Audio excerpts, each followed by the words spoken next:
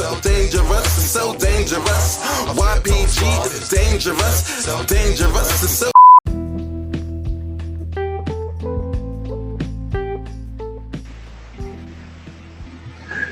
Yes, welcome back, everybody. We are back. Welcome to the Promoter Podcast, y'all. This is your boy Ken, Aka MrGentleman.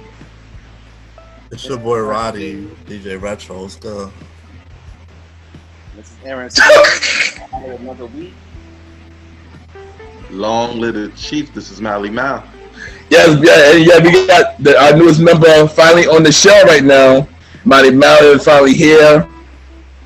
Yes, Malimal is here. He was MIA last week for work, but he came for work this week. Thank goodness. So welcome our newest member, Malimal, to the show. We don't know if he's gonna be full time, or he just current. Some episode we come and we show up whenever we can, but he is have him here though out of the way, bro. Yeah. We have him here out of the way. So I'm gonna be like CM Punk. Yeah, that just confirmed it. That just confirmed that he gonna be on whenever he show up. He gonna show up when he please. He'll be here when he get here. Yeah, basically. But you already know. We got the premiere news.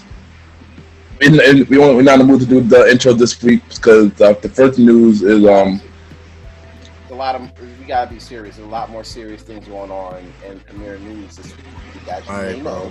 Yeah. So any other. Yeah. So the first week I'm here full time. We don't get an intro. That's not yes, I'm sorry.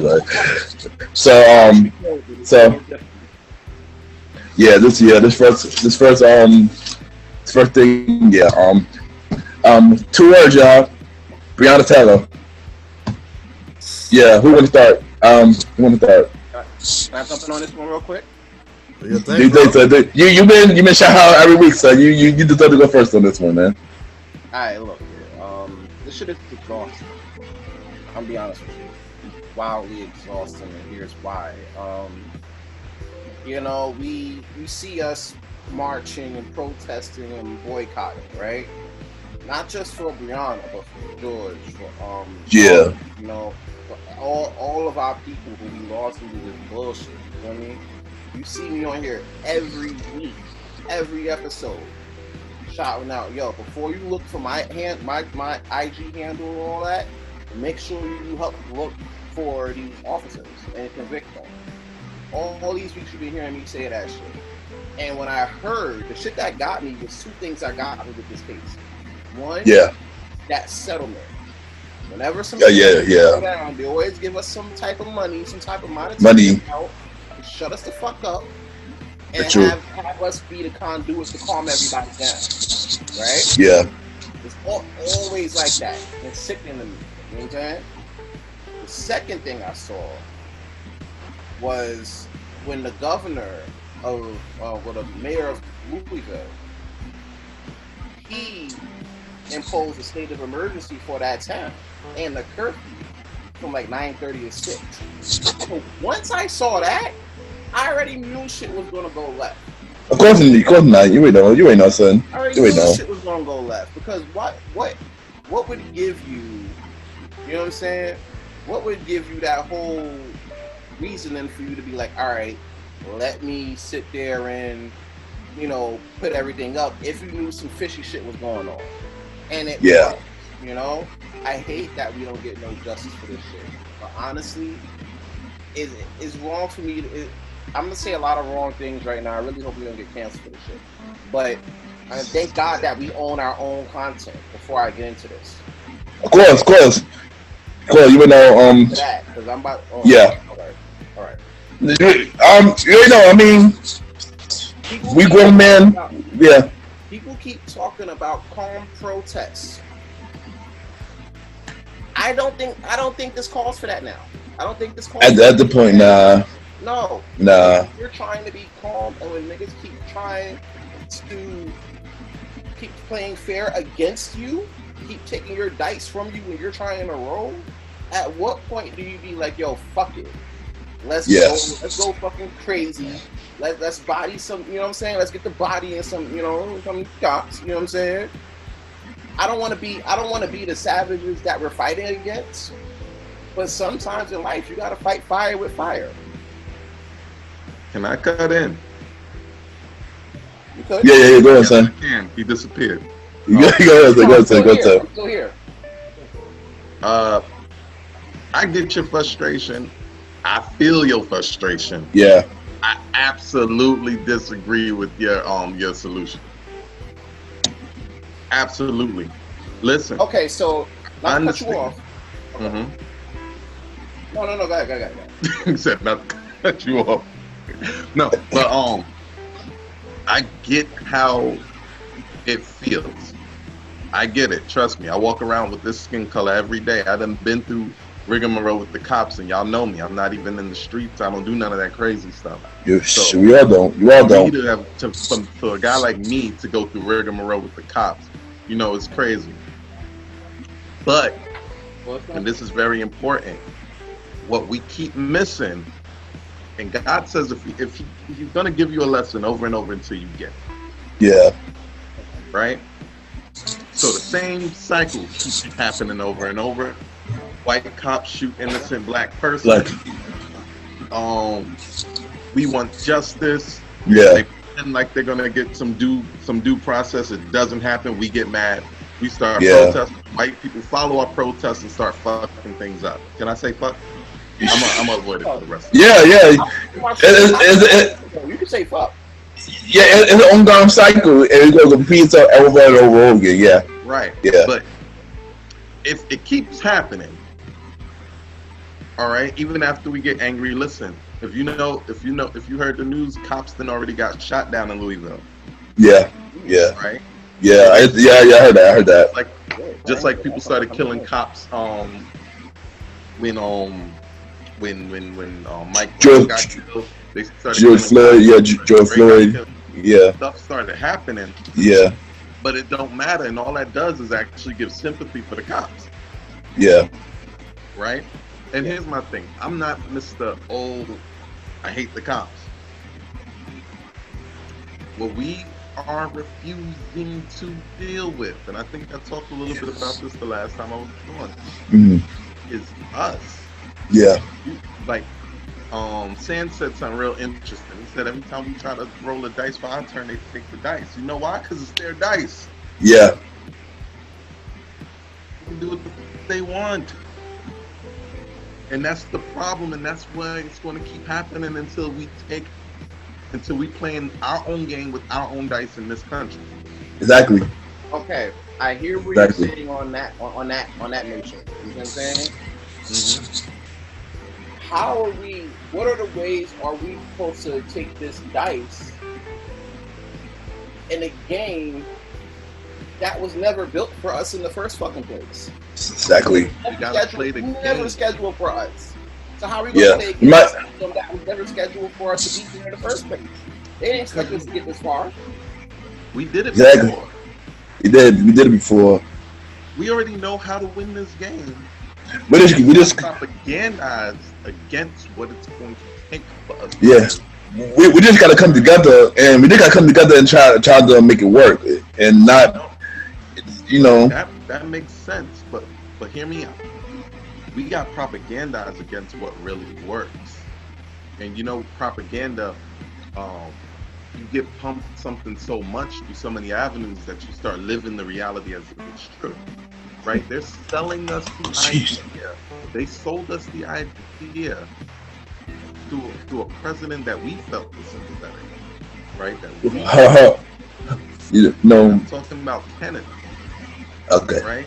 They sold us I was about to say. Idea of what's the word? Integration.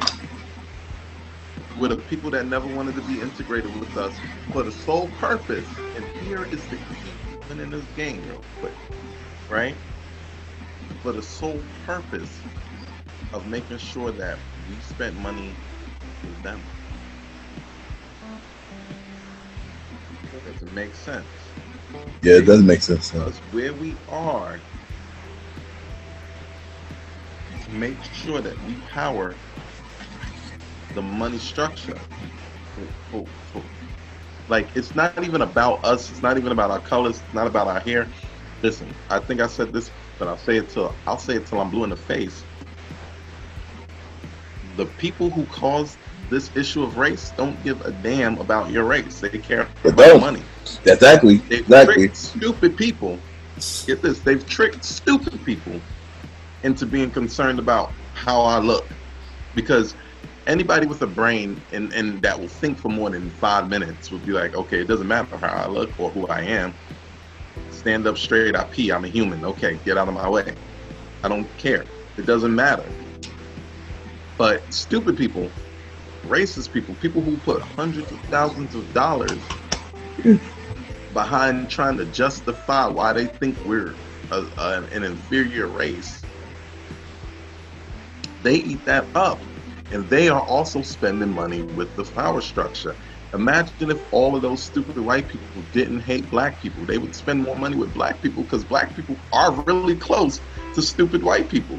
Yeah, true. They have to occupy the same spaces because, well, like we've talked about, black people have been pushed into poverty with the stupid poor white people. Yeah.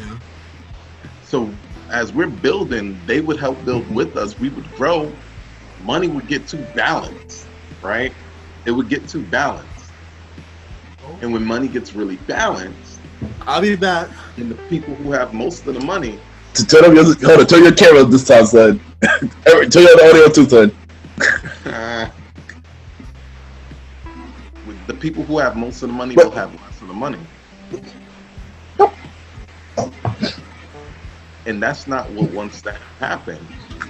So they're going to keep allowing this stupid, this ridiculous narrative to flow, and then you're going to have those stupid people jumping behind that stupid narrative, and then this thing is going to continue to happen, because now what you have is political power and manpower pushing us down to our spot. Yeah. And the only reason it's going to continue to happen is because we are not more focused on maintaining our separation. This will stop happening. I promise. I promise everybody that's listening to this podcast, my 3 friends are on this podcast, I promise you, and with everything I got, this will never happen again when black people control black people money. Exactly. I agree. Never again. I agree. And hold up. More than anything, and that shit right now, to cut you off, Ken. But yeah, that honestly really starts with us. It does. Yeah, exactly. It does. Send our money to these other people. Yeah, exactly. To Louis, to Gucci, to niggas that don't fuck with us. Owners exactly. Louis and owners of Gucci and those boys out in Europe or whatever, they don't fuck with us. Oh, every major. It kills me. Yeah. Podcast in a long john sweater in the middle of Poughkeepsie on a Friday night, like Friday night, yeah. Too. Like, yeah. Nah, that shit is trash to me. But we have to find a way. Like, I get what you're saying about that. We got to make our dollar again. You know what I'm saying? Yeah, I agree. Too much is at stake. Too much is at stake for us to like Givenchy. That's true. Too much is at stake. But also part with the people that these people, that some of these kids and most of these adults look up to, because they spend their money on Louis. Yeah, exactly. Yeah. And fucking Prada. But look at this, right? Here's the actual trash of that situation. They're spending this money on these things that feel like they have, some sense of power, because they live their lives either devoid of power or somebody is taking it from them. First of all, that starts here. But second of all, imagine you coming up all day and all you see is black people getting killed on TV or getting arrested by cops, and then the cops treating them like garbage. Imagine that as a young black person. Like, I grew up with a healthy fear of the cops. Yeah. Which is interesting, because it would be some time before I actually had an interaction with the cops. But as a kid, I feared the cops. I didn't really fear the cops too much until I had my first encounter when the cop pulled the gun on me, because they thought I had one on me, but it was a PSP. You know what I'm saying? Like, I could have literally got shot a block from my house because I had a PSP in my pocket. After that, that's when I was a little leery of these cops. You feel me? But before then, I thought, when I was younger, I thought that cops were around to help the neighborhood. Yeah, me too. You had your neighborhood cop, new officer Ramirez. You know what I'm saying? So when you build those relationships with those cops, the hood knows them. Now you got these young 20-something scary ass cops out here. They sending them out to Brownsville. They sending them up to the Bronx. You know what I'm saying? And they don't know what to do. So on the first side of panic, they block them. You feel me? And you can repeat that ideology across the country: Louisville, Minnesota, Cali, Vegas, all that shit, bro. You know. So if you can repeat it all across the country, I don't think the problem is scary ass cops. I think the problem is the institutionalized racism behind it. Yeah. You can't repeat that across the country. You could do that shit in Brownsville. You could do that in Castle Hill. Yeah, I know some places in the Bronx. You could do that in maybe Miami-Dade. Go your ass to Beverly Hills and do some bullshit like that. You could beat the cops up in Beverly Hills if you're the white color, and might get arrested. You understand? Go to I don't know. Go to the Hamptons. Yeah. And see if they pulling out guns on kids that look mildly suspicious. And them kids be high as hell on all sorts of illegal drugs. Let us four pull up in a car Roddy driving in. Or Jones better yet. Jones driving. Matter of fact, Molly. Oh, wait, that happened to us. My next $300 that they'll stop us and be like, oh, let me see ID, let it all get on the ground. Me and Molly got pulled over already, bro. That happened. They did. I remember that. Roddy was driving. Hold on, tell him the story, Roddy. Tell I can tell it better. I think it was you, me, Steph, and some girl he knew. Yeah. And we were driving through the Pink Houses area. Mm-hmm. And they just pulled us over because we looked suspicious. Nah, I'm gonna tell you exactly what they said, because I'll never forget that. Because they were so mad, and they was searching all our stuff without asking us, right? And the thing is, Roddy was smart. He's smarter than me in this situation, because I was like, don't let him search your shit. He's like, nah, let me do whatever. I ain't gonna resist. I ain't trying to get hit with the battle. But You ain't trying to get hit with the K. I hear you. Yeah. I was mad though, because first of all, they had no right to search us. We weren't driving crazy speed limit. You know why they said they pulled us over? 4 black people. It was 4 of us in a car.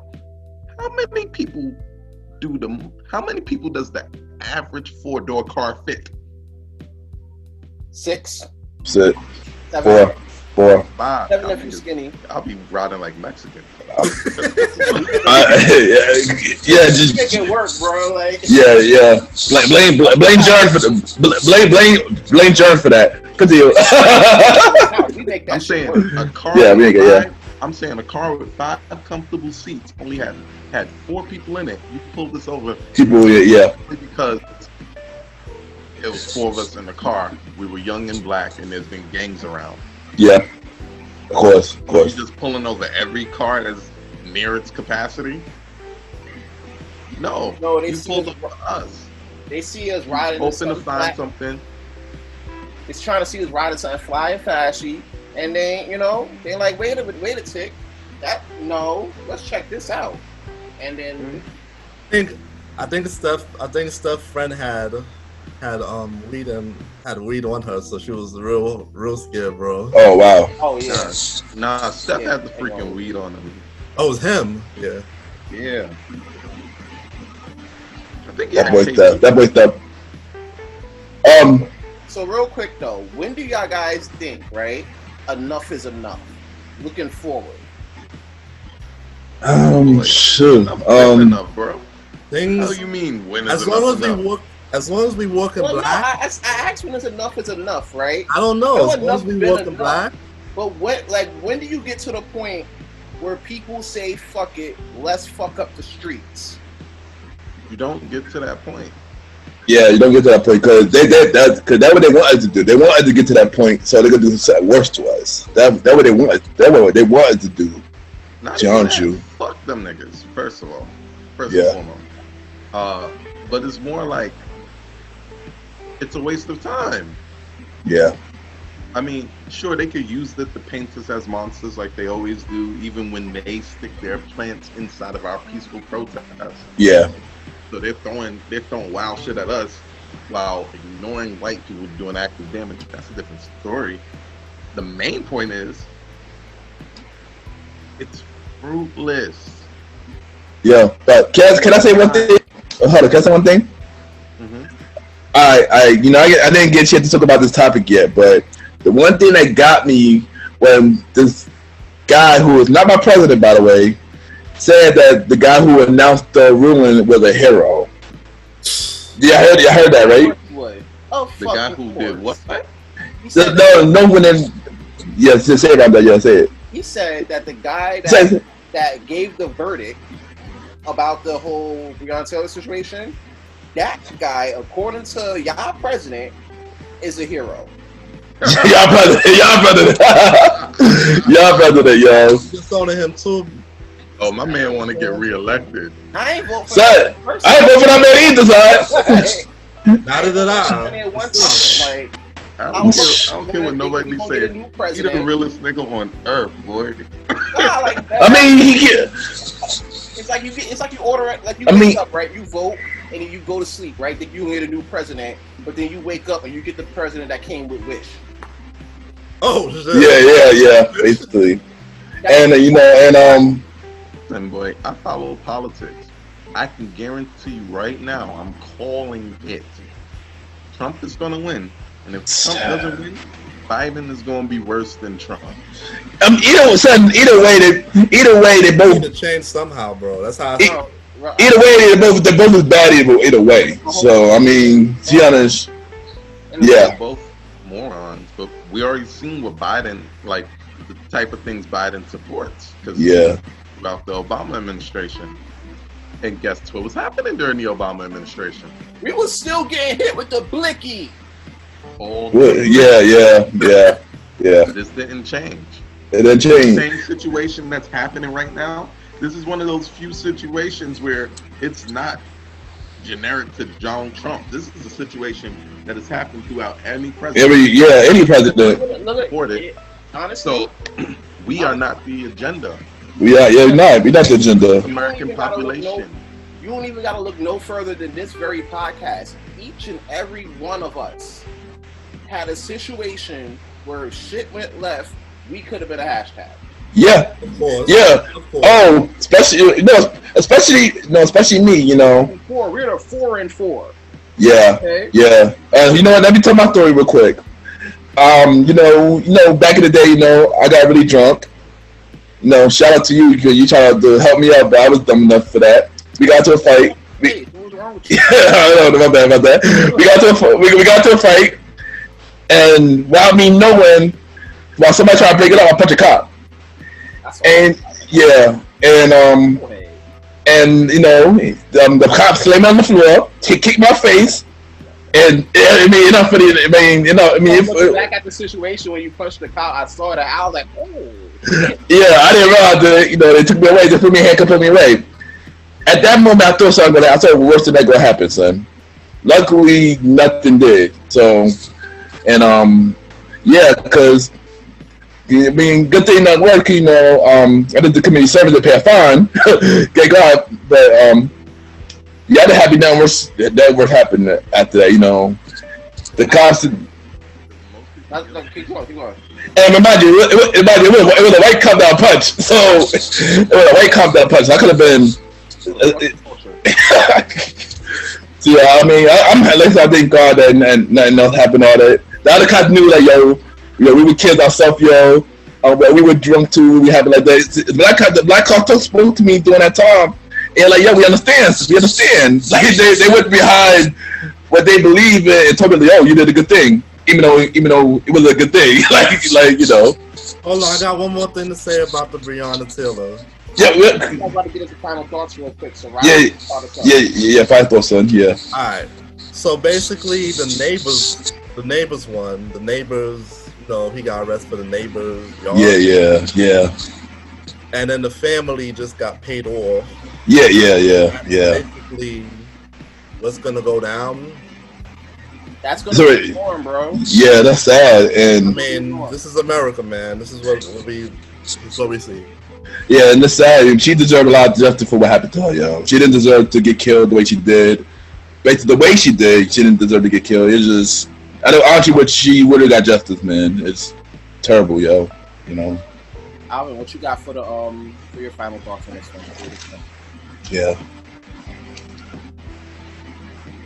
Yeah. Yo, you good? Wait. Alvin, put your audio on. Your audio's on. Your audio is not on. No. Not again. No. Hold on. Like, say something now. Watch this. Say something. Say something. Hold on. No. Where is There you go. There you go. There you go. There you go. There you go. There you go. There you go. You gotta speak up, bro. You gotta speak up, son. You gotta do what you did last time, son. There you go. Come on, son. There you go. Come on. Alright, so my question is, like, I want to see what the exact justification is for the Really? Because I hear a lot of different things. Oh, they came into her house and they shot her. Yeah, I heard that too. They said they had a warrant. They knocked very loudly, and then somebody said, "Oh, her boyfriend was a drug dealer." Ex-boyfriend, yeah, I heard that too. And it was like, oh, then they tried to get her ex-boyfriend to tell on her. I remember that. Yeah. It was so much fucked up shit though. It doesn't justify what the actual case was where you shot somebody. First of all, you kicked in the door with like 90 people. Because it's a SWAT team, right? So you didn't come alone. You just shot the first thing moving. You didn't ask that girl shit. How am I supposed to feel? Like, the job of a police officer, protect and serve. I feel, first of all, that's for service, right? You give for service. And bad service. That the people are losing their shit. Y'all back there, make sure y'all can get in the door. You had a SWAT team, which means you tell me, I don't want to say from the top, but you tell me that you guys had a whole plan and a strategy about who you wanted to get, when you were going to get them, what they might have had. You thought about this for a while if you think you're coming after some big drug dealer, right or wrong, right? You kicked in the door of the wrong place, shot into the wrong house, killed the poor girl that may or may not have been associated. She could have just been getting fucked by a drug dealer. You don't know these things. But now she's not here anymore. And the first thing you tried to do was like sully her name. That's not an EMT. She's one of y'all. Y'all should feel bad for yourselves. Exactly, yeah, exactly. She is one of y'all, right? There's two things with that. I will say this. There's two things with that, right? When it comes down to cops, right? Especially New York cops. Yeah. I take that back. New York cops and EMTs, they're like this. Yeah. One of them, that's all of them.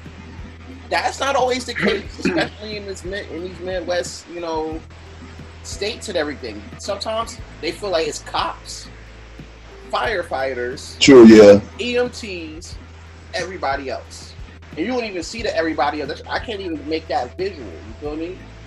That's number one. Number two, I felt, and that should have been a third sign when I caught this. When I caught one of this shit.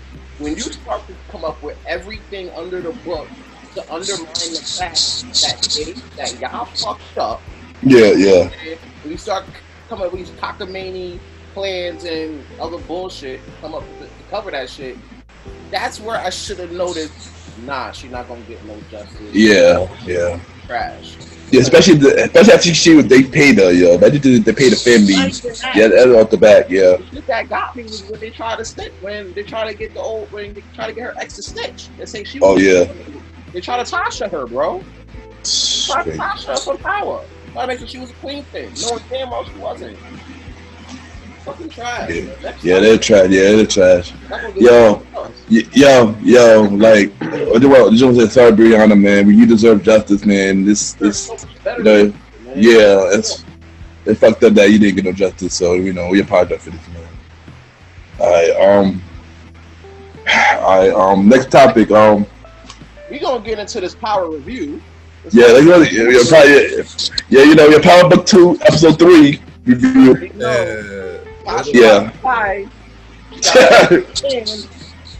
Getting all shaky. Stupid. Shoulder. So what y'all think about this episode? All I'm gonna say is, it's about to get real. That's all I'm gonna say. It's about to get real. Die, bro. I saw when she was on that stand, and it wasn't even like a real ass trial. Yeah. Up on her like it was Law and Order or some shit. You know what I mean? I love Law and Order. You know what when I saw that comments, I was like, oh shit. Ghost would never. Ghost would never crack underneath. Exactly. The fucking stand, bro. Yo, Tasha ain't about that life, son. She ain't about that life, son, at all. That's what I'm gonna say. And she like, her son is like one wrong move away from finally getting that hit with the fucking blicky. He's not gonna get the blicky, son. He's not gonna get hit with the blicky, son. Step away, and that's dope. It's much closer to death, and that's dope. You know he's not, son. You know he's not gonna be close to death, son. He's the main character. He gotta make it out, right? Exactly, he'll make it out, son. Tasha might get killed by the end of the season, maybe. I believe, but she's taking and shipping on that stand like a homeless person. Get out here. Molly, what you think about this, man? Power trip.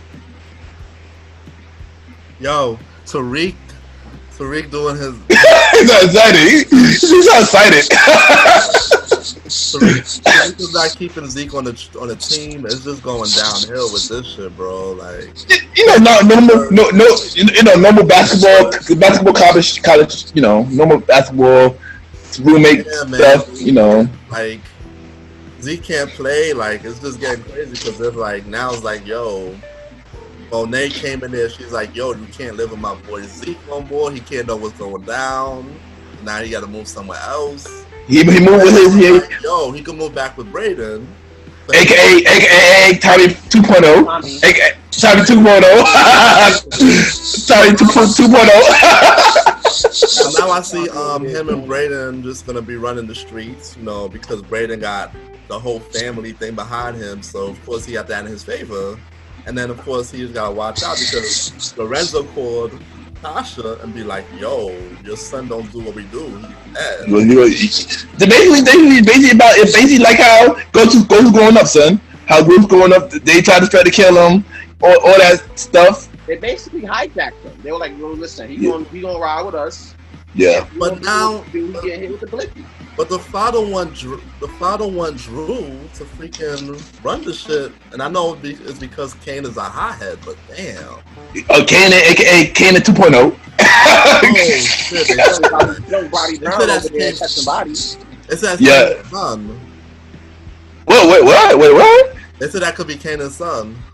Oh wow, interesting. Somebody said that could be Kane's son, bro. But I mean, it won't be too far fetched. It wouldn't be too far fetched. And not, but it won't be too far fetched though. But I gotta say one thing. But Drew can't run that shit. That nigga soft. He went into the G crew and he was about to get really blasted in there, bro. Yeah, he did. Yeah, he did. He was ready for that. He about to get some. Running that shit from the jail. He's like, yo. Oh yeah, and the cop tried to save them. I remember that. Yeah. Oh yeah. They would have been done, son. But the cop. that Good. cop They would have come been this done. way. He's this way. He's the other way. Yeah, that cop would have been done because little Bobby Brown was waiting with the blicky. Like, listen. Well, he was waiting with the blicky. Said, "Blow." And, you know, he saved that cop life, and that was dope. He did. But the way they tore Sasha up in that courtroom, bro. Oh man. I mean, Tasha put herself in the predicament, yo. She don't want to give her name to Tariq. Give her Tariq name. So this is what she got to face. I don't feel bad for her. I'm sorry, I don't feel bad for her. But yeah, she wanted to be a drug dealer so bad. She wanted to be a drug dealer so bad. You know what I'm saying? She wanted to sit there and carry on her husband's legacy so bad. Now you in the hot seat. You about to get the needle. You know what I'm saying? And you out here shaking. You out here shaking. Like you from Harlem or something. You feel me? Like, nah, come on. Also, and I don't care storyline in the show. The professor, you know, he had a second student, and his ex, the baddie ex, I'll call Miss Baddie X from Betty X from the pain, the Big Betty X from the pain. She got upset. So he having sex with her, and they had something like go in the next room. Listen. It's 2020. Professors are having sex with their students every day, B. down, bro. I had a big go down, but I didn't say it, son. But you got some news about Power. It had been renewed. Power Book 2, Ghost had been renewed for season 2. So yeah, I just want to say one thing though. Shout out to everybody that's saying that the show gonna fail with Tariq at the lead role, but look what happened. It got picked up for season 2. Now what I gonna say now? I know you've been telling people about that. They've been telling you shut the fuck up. So that's great news for the people who stopped watching. Now they're gonna want to watch. Exactly. This is hello. 50. People telling me to talk about this for like 2 weeks now. People been saying, oh, the Power's whack, all this, oh, Tariq ain't gonna make it. Yo, they got picked up for season 2. 50 was smart for making Tariq the role because they knew that Tariq would be the most hated character. Especially that he was revealed to kill Ghost. He knew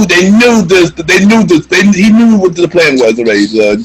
But at the end of the day, I feel like it's more of the Sahagas show featuring Tariq. Murray is I feel Murray is the breakout person. I feel Murray is the breakout character. I agree with that. Bobby Brown's the breakout character. He's showing out. Now he is. The whole cast is killing it, dog. The whole cast is killing it, though. I ain't gonna front. The whole cast is killing it. For next week. You know, me too, son. I can't wait for season 2, but I do not know how to go to it. Like how to go now. We spoke about this in episode 10. Oh yeah. How are they gonna do this? Like, are we gonna wait until all the books is done, or are they gonna play book 3 or book 4 together? Book 3 before while book 2 come on? Like, how they gonna do this? How y'all think? You gotta, in the sense, like when you're talking about that, you also have to consider the impact of coronavirus when it comes. That too, yeah, that too. Consider, all right, do you put season 2 out now, or do you have season 2 run concurrent with book 3? Yeah, or book 4. Or book 4, which would make sense. I mean, it should, honestly, you shouldn't go to book 4 while you're running book 2. Yeah. You know what I'm saying? It doesn't make sense. You want to have both of them stories run concurrently. I'm thinking that. It's an old school story. Yeah. Affect what's going on in book 2. The story, I agree. It's not gonna affect the story. No effect. But if they gonna do book 2, season 2, by the time Kanan, that could be impossible because Kanan drop in I believe in the beginning of 2021. So that could be kind of impossible. So it's gonna be after. It could be after. Yeah, it could be after either book 4, when book 4 come on, or when book 5 drop. That could be like 2022. Yeah. So, right. or after the fact, but yeah. So the next topic is so Chris Brown, he said something about he want to have the Wiz reboot, and I at first, like, I have to say first what I heard that news, but when he said the lineup though, I changed my mind. He said the lineup though, he changed my mind. The lineup is dope. The lineup he said, like, Roddy, do you remember the lineup? I can't remember everybody for the lineup, but I I definitely can. All of them. I can say some. He said that Chris Say would be the Scarecrow. Skylar Jackson is Dorothy. Neo is the Lion. The Migos is the Three Crows.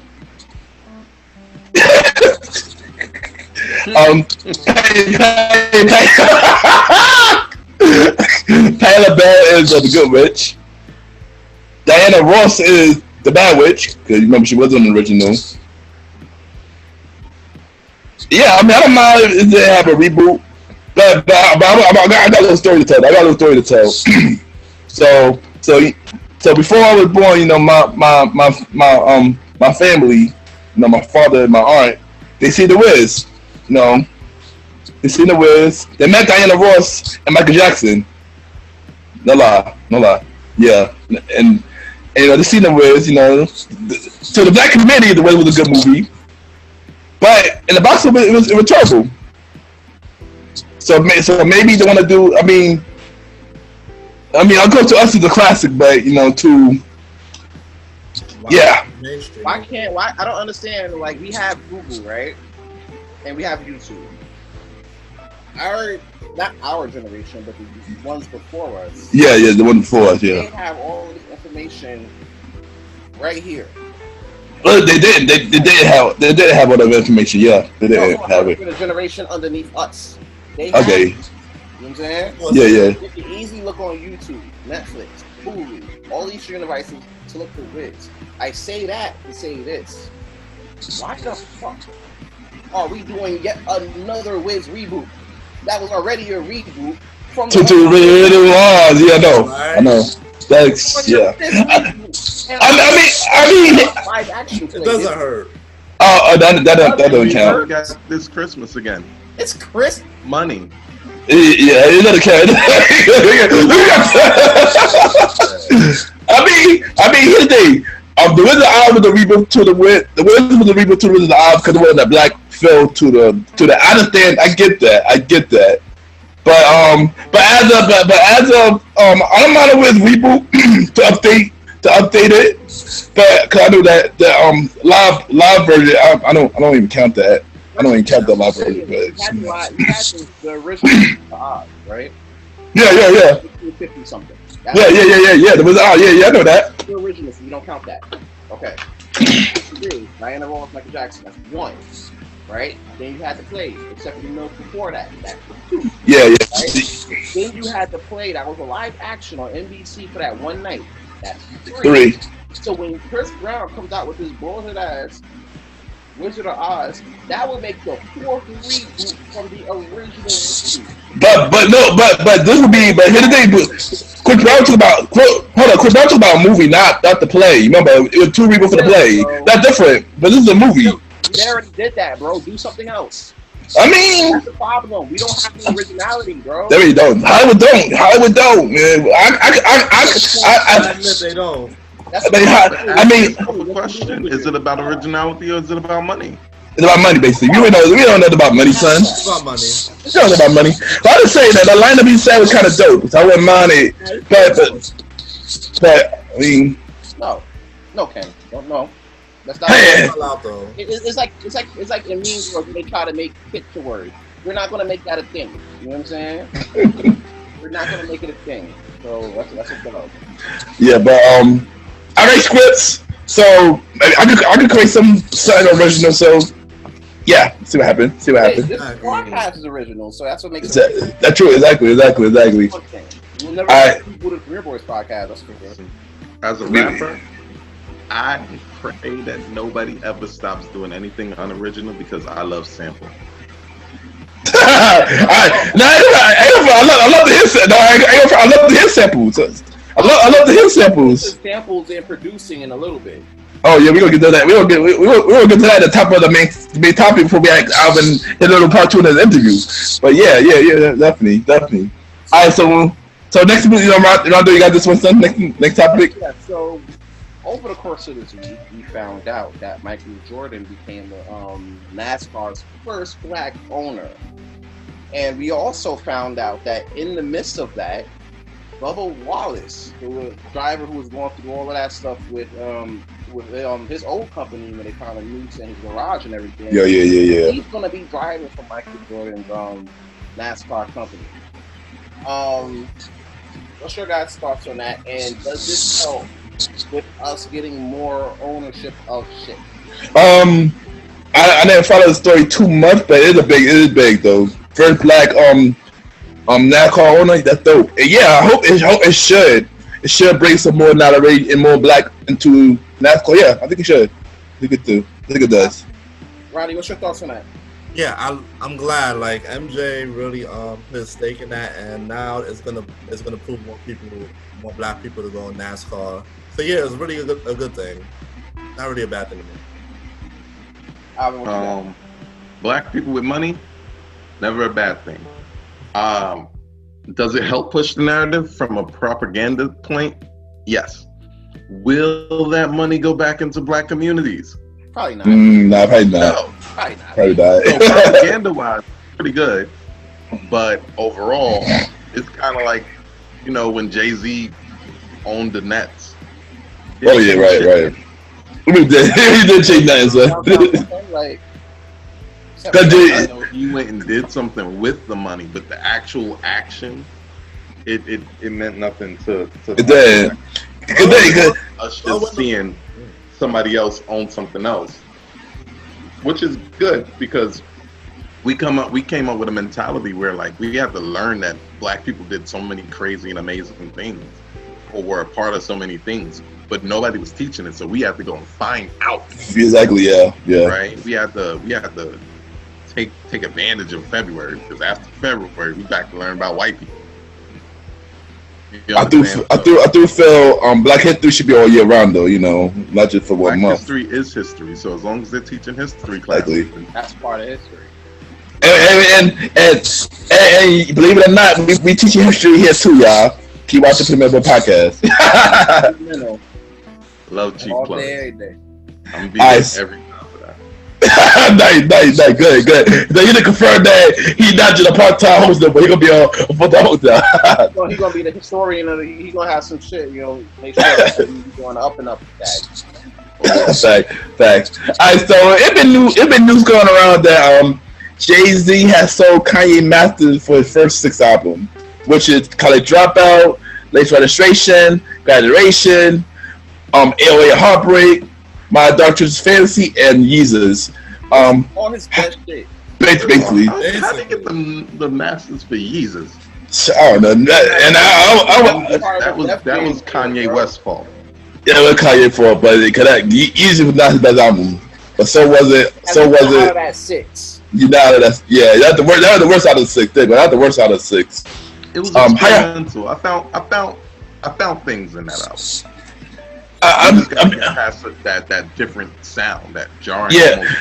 I mean, don't get me wrong. I love Dry Punks though. They my guys. I love them. I love their sound, but I didn't feel the album. I with it a little bit though. That was the album.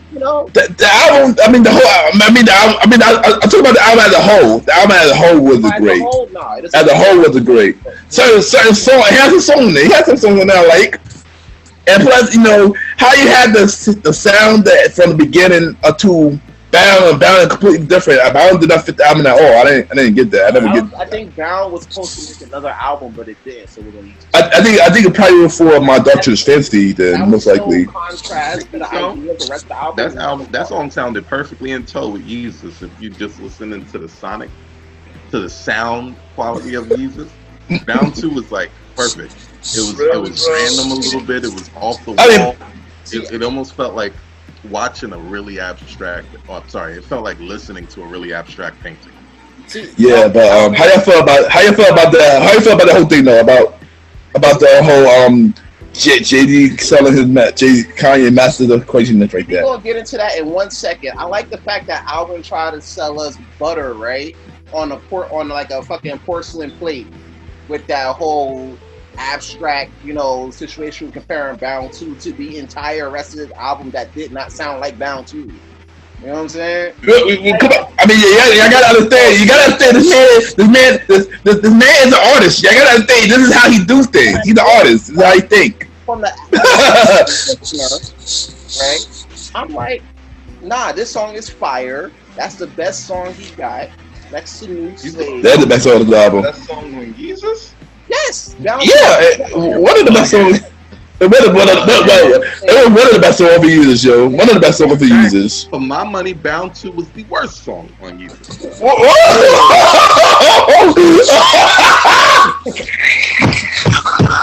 Boom.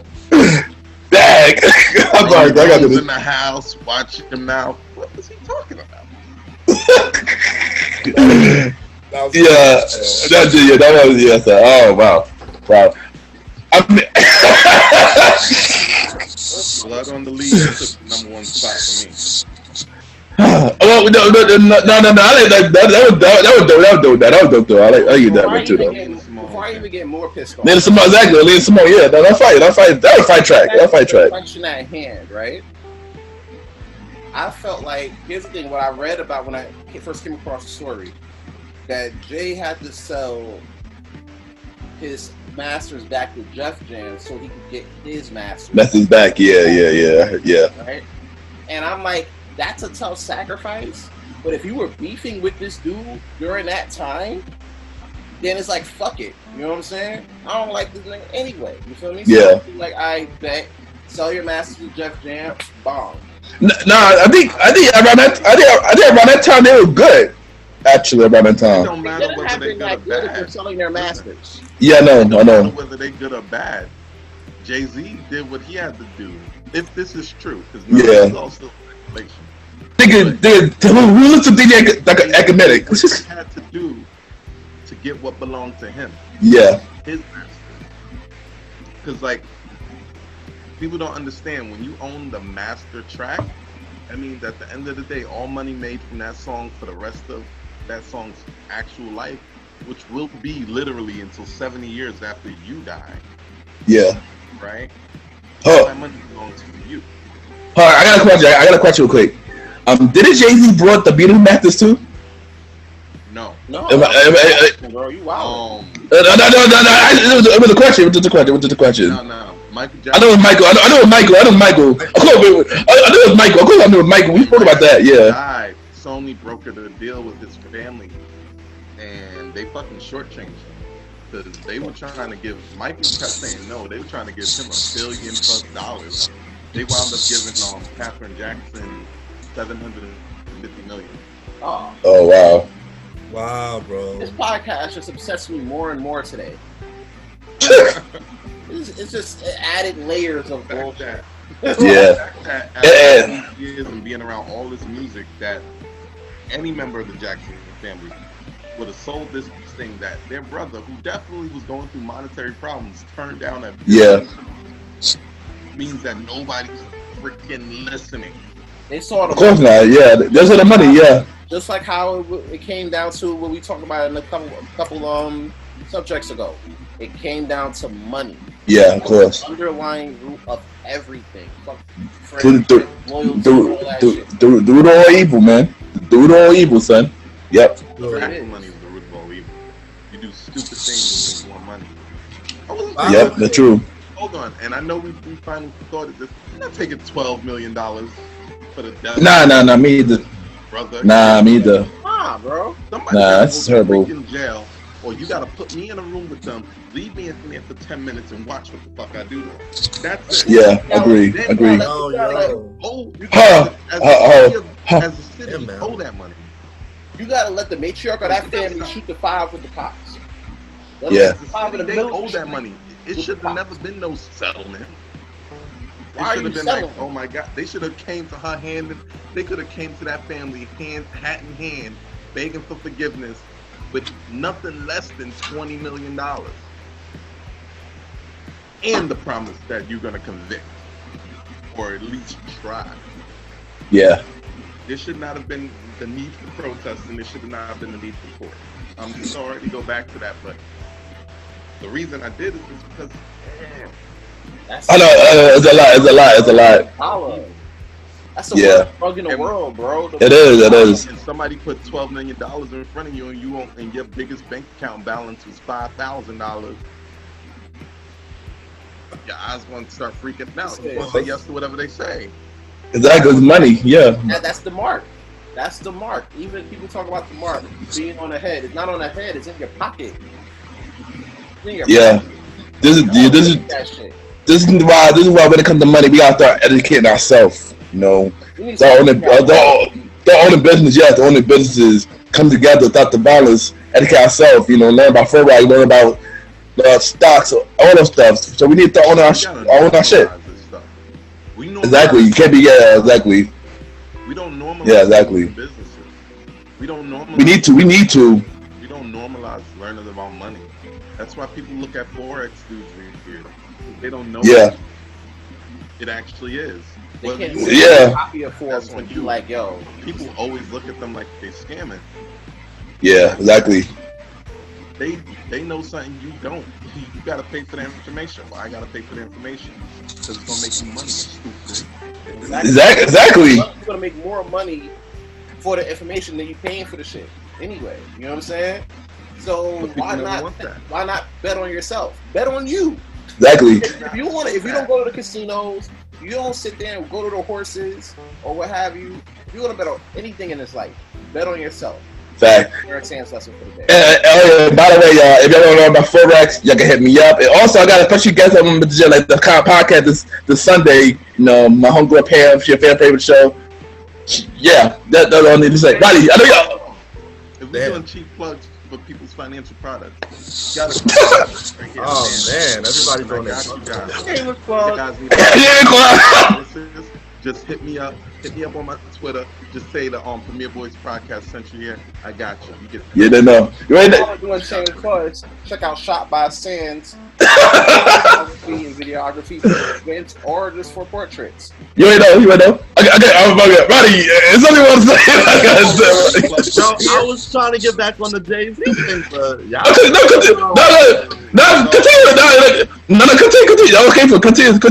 continue. Here, we on the podcast. We're not hypocrites. We talk. Continue. We all try. Alvin, I'm ready. Hold on. Continue. Go talk about it. So go. Nah, son, I think that Jay-Z did was foul, man. Got Kanye's whole masters. First six, yeah. Six. But then it's like, what about the collab album? I think he'll be alright with that and Ye and the homies clothes. Yeah, I think. And the Life of Pablo, right? Yeah, I think he's alright. And his homeless clothes, he'll be okay. Yeah, I think he'll be. Huh? What makes him foul? Nah, to get his masters. Kanye's masters, right?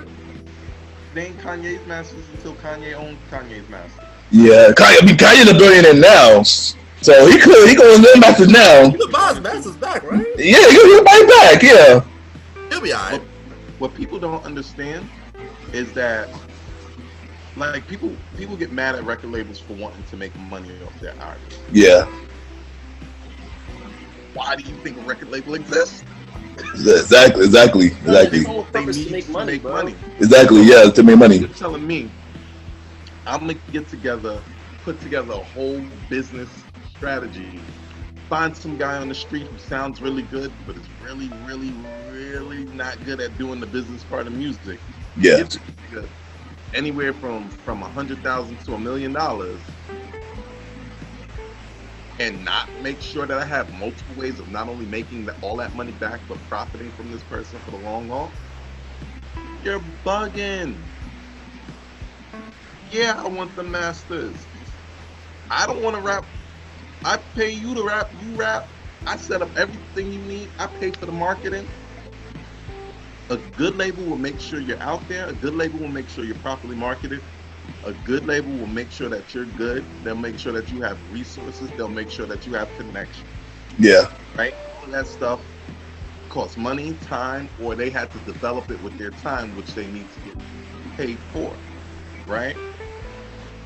If I keep your masters, long after you leave my label, long after you lie about having some illness and get off my label, like Mace did. Oh, shit. Right? Long after you disappear into fucking Lebanon like Loon did, right? I'ma still get paid. I'm guaranteeing that my label, and especially me, I'ma still get paid because that's the game.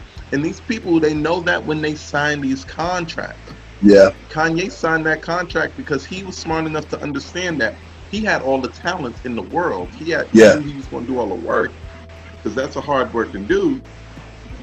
But he knew he didn't have the resources he needed yet. True. Now, what I said earlier is, if he still didn't own Yeezus, he did something wrong in there, because by that point, very rich. He should know. He should, business on his own. Yeah, he should know. He should. You might imagine before Yeezus, he had My Daughter's Fancy Would became one of the most successful albums. So yeah, you're right. You should. I figured he'd be in 10 years. Yeah, but I think you do contract. But after that 10 years, you should. He has enough money. The internet was definitely booming. He could have done his own thing, Kanye West Records, whatever the hell you want to call it, and be making money forever. You see what people. I'm giving y'all a little lesson, right? Check this out. Commercial hip hop is a giant pyramid scheme. Yeah. Right? Yeah, I believe that. It is.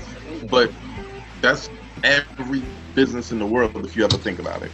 True. It's just the difference between a pyramid scheme and a business is that usually a business is going to have something to sell outside of the pyramid. But there's definitely a pyramid. Check it out. Let me explain.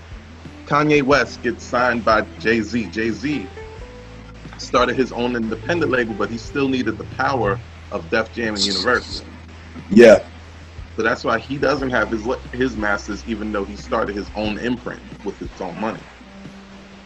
Because, you could only do but so much with Dame Dash, just two excited dudes from the hood trying to make it. Right? That's not a knock, because I respect the hustle. But you understand. Yeah. You understand. That's why he doesn't own his first masters. But Jay-Z, as soon as he got that money, as soon as he got the connections himself, Jay-Z said, okay, I'm going to own everything from here out. That's why he owns the rest of his shit. Yeah. Right? But, so, we set it up, right? Now, Kanye West, he doesn't own his masters from the beginning. Jay-Z owns his masters. Yeah, exactly. Still training.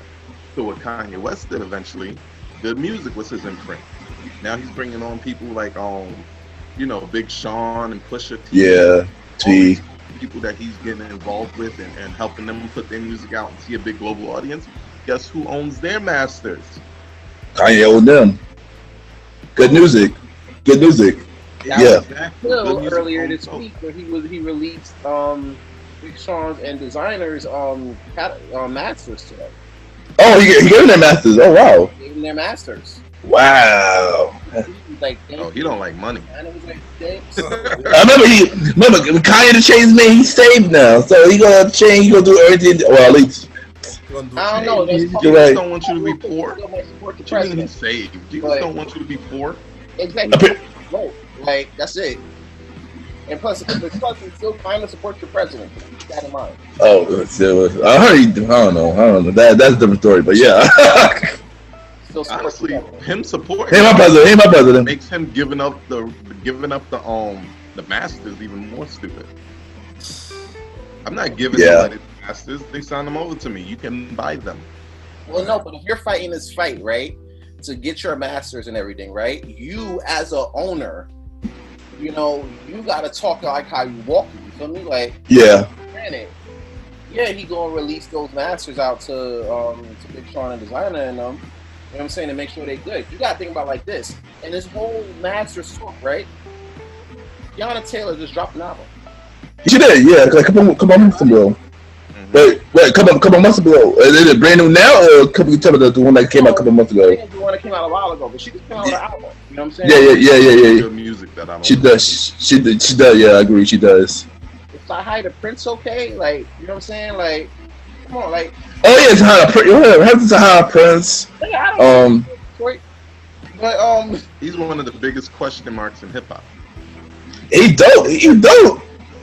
After that, so Paul. An album from him is confusing this. He did. Yeah, he came out with a couple 2 years ago. The last time I heard an album from him. And he had some Kanye. I don't see him so much no more because I ain't hearing that album and I'm in. But I think he more behind the scenes though. He more behind the scenes. You know how they got through our artists that work with the label, but they don't put out music because they behind the scenes, helping them out. I think that's what's going on with Sahab the Prince. Listen, Sahab the Prince was too nice. I don't know. Maybe his music was rappers. Like he's like a rapper's rapper. Yeah. Nah, that's so applaud verse though from him though. He killed it. He killed that verse, yo. I remember it was a story of him. He said he was telling the story about how he got on the song. He was like, how am I gonna do this with Jay? I'm in front of Jay-Z. Beyonce in the room too. Beyonce like, yo, Kanye, you gotta add him on the song. Because Beyonce heard him rap and she still kind of add him on the song, and he added him on the song. And that's how the Prince got on that song with Jay-Z, RZA, and all of them. That's baby. Yeah, we need to make that song of the day or something, because I love that song, man. I love that song. I'm gonna put that intro. well, whatever. But yeah. That's dope, bro. Thanks. Next topic. Oh, Al, you wanna take this one? My Sands look like he in Retribution.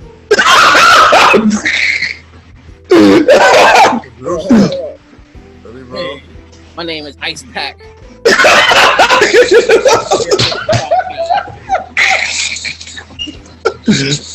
I got my partner. Best. Doing,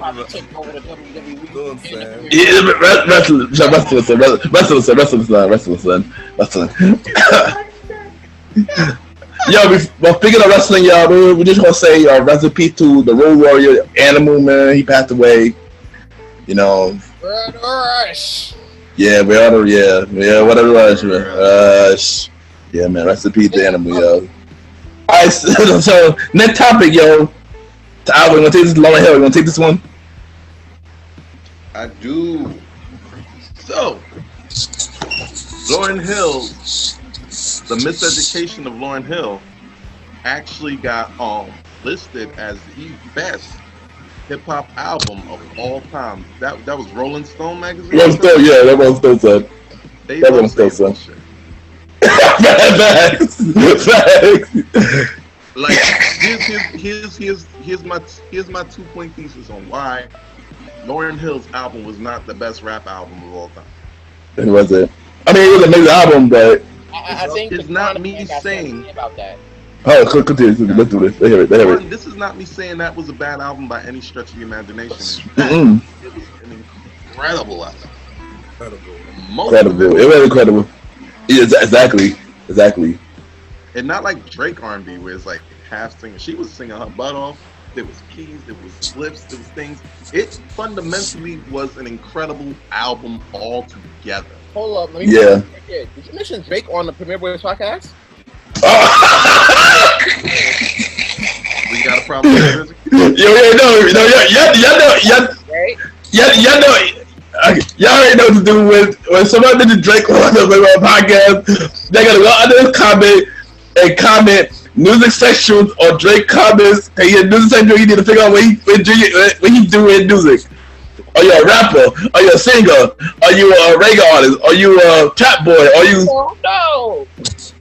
Yeah. Shout out to Drake right now. I think he's grinding.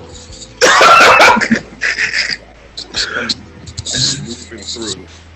And crazy because 2024, his music gonna be like Asian rap. yeah. We're getting to China, like. Yeah. Music section, y'all, in the Drake comments. Continue about it though. So what I'm saying is, it was a great album, but there wasn't enough rapping on that album. It wasn't. It was the best rap album. It wasn't ever. Like ever. Like ever. Out of all of rap. Out of all rap. Yes. About this. Yeah. Yeah, stand up to him, son. I wouldn't say it's the best hip hop album ever. I will say it was the best for the year it came out. I agree. Yeah, I agree with that. What year did that album come out? I think 99. Either 99 or 98. Yes. Was it? It was 99. It was 99 or 98. It was one of them. It was 90 album that year, hands down. I think it was 99 or 98. It had to be one of those. They're talking about Stillmatic was an album in 98, 99, talking about Illmatic. Illmatic. But Illmatic was like 94. Yeah, right? 94. Chronic was like 93. You know what I'm saying? I'm saying for all time, Illmatic is a thing. Yeah, that's I my don't top think five. Sex Education Lauryn Hill was better than Illmatic. No, of course not. Of course not. He ain't saying that. I'm not saying Of course not. It is Lauryn Hill's That's what they say. album. Oh, 98. August 25th, 1998. 98. Okay, I was right. Virgo. It is though. I will say it's in the top 10 of best albums, rap albums of all time.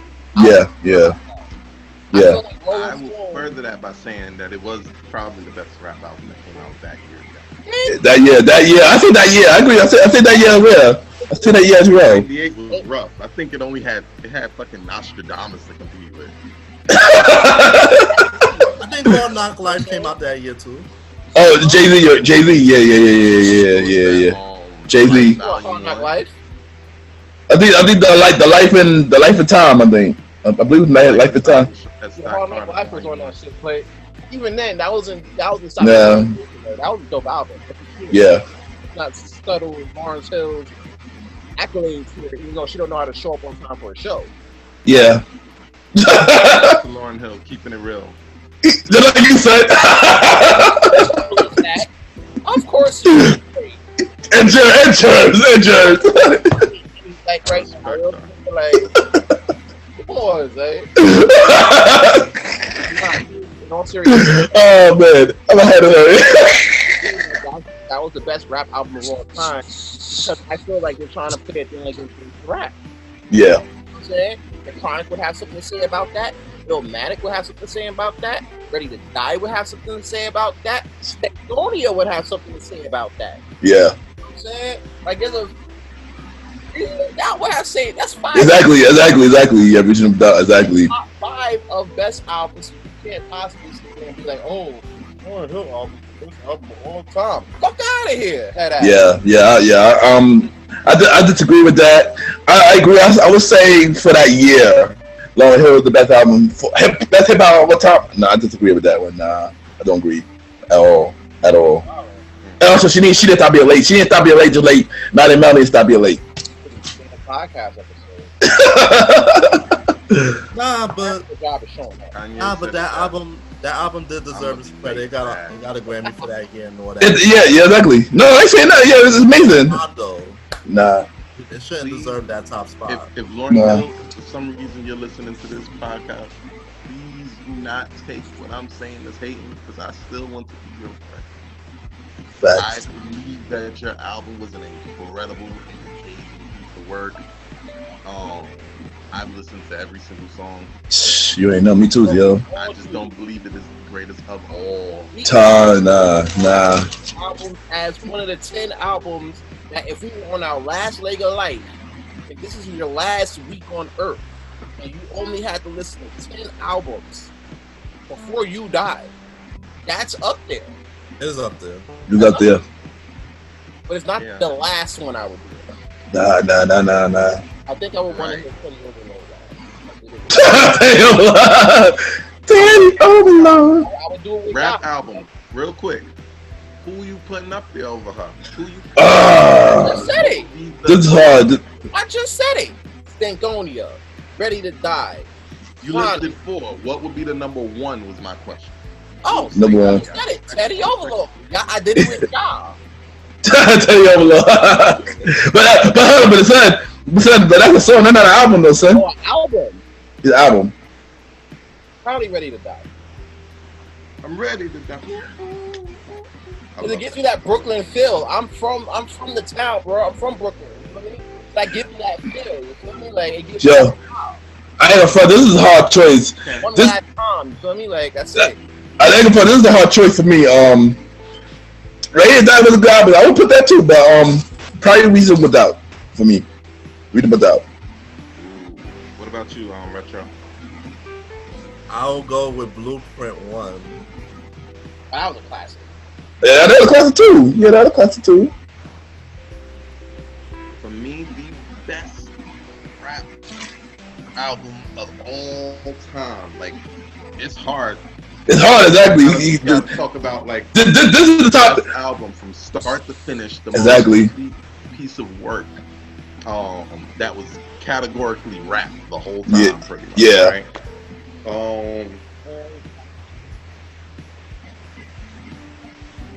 Now this was not an easy question at all, son. I'm not gonna fry. This was not an easy question at all. By the Notorious B.I.G. Hey, what you say?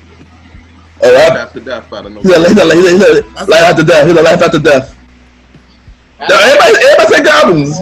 Podcast right there. That's why you're on this podcast. Yeah, everybody take the albums. You know, Ready to Die, Life After Death, Reasonable Doubt. Like what you said, right? You said Blueprint, right? Yeah, Blueprint. Now, I like Blueprint. Blueprint was also one of my favorite Jay-Z albums too. The first one. They'll get familiar. That was terrible. Personal opinion. Was that? Which one? That the third one was terrible. That's personal opinion. Nah, I mean, it was terrible for Jay-Z. Let me put it like that. It was terrible for Jay-Z. No, you know what was terrible for Jay-Z, son? Kingdom Come was terrible for Jay-Z, son. That was that. What are you talking about? That was bad. I didn't like Kingdom Come, son. I didn't like Kingdom Come. That's my personal opinion. Cold on Kingdom Come. That was his comeback.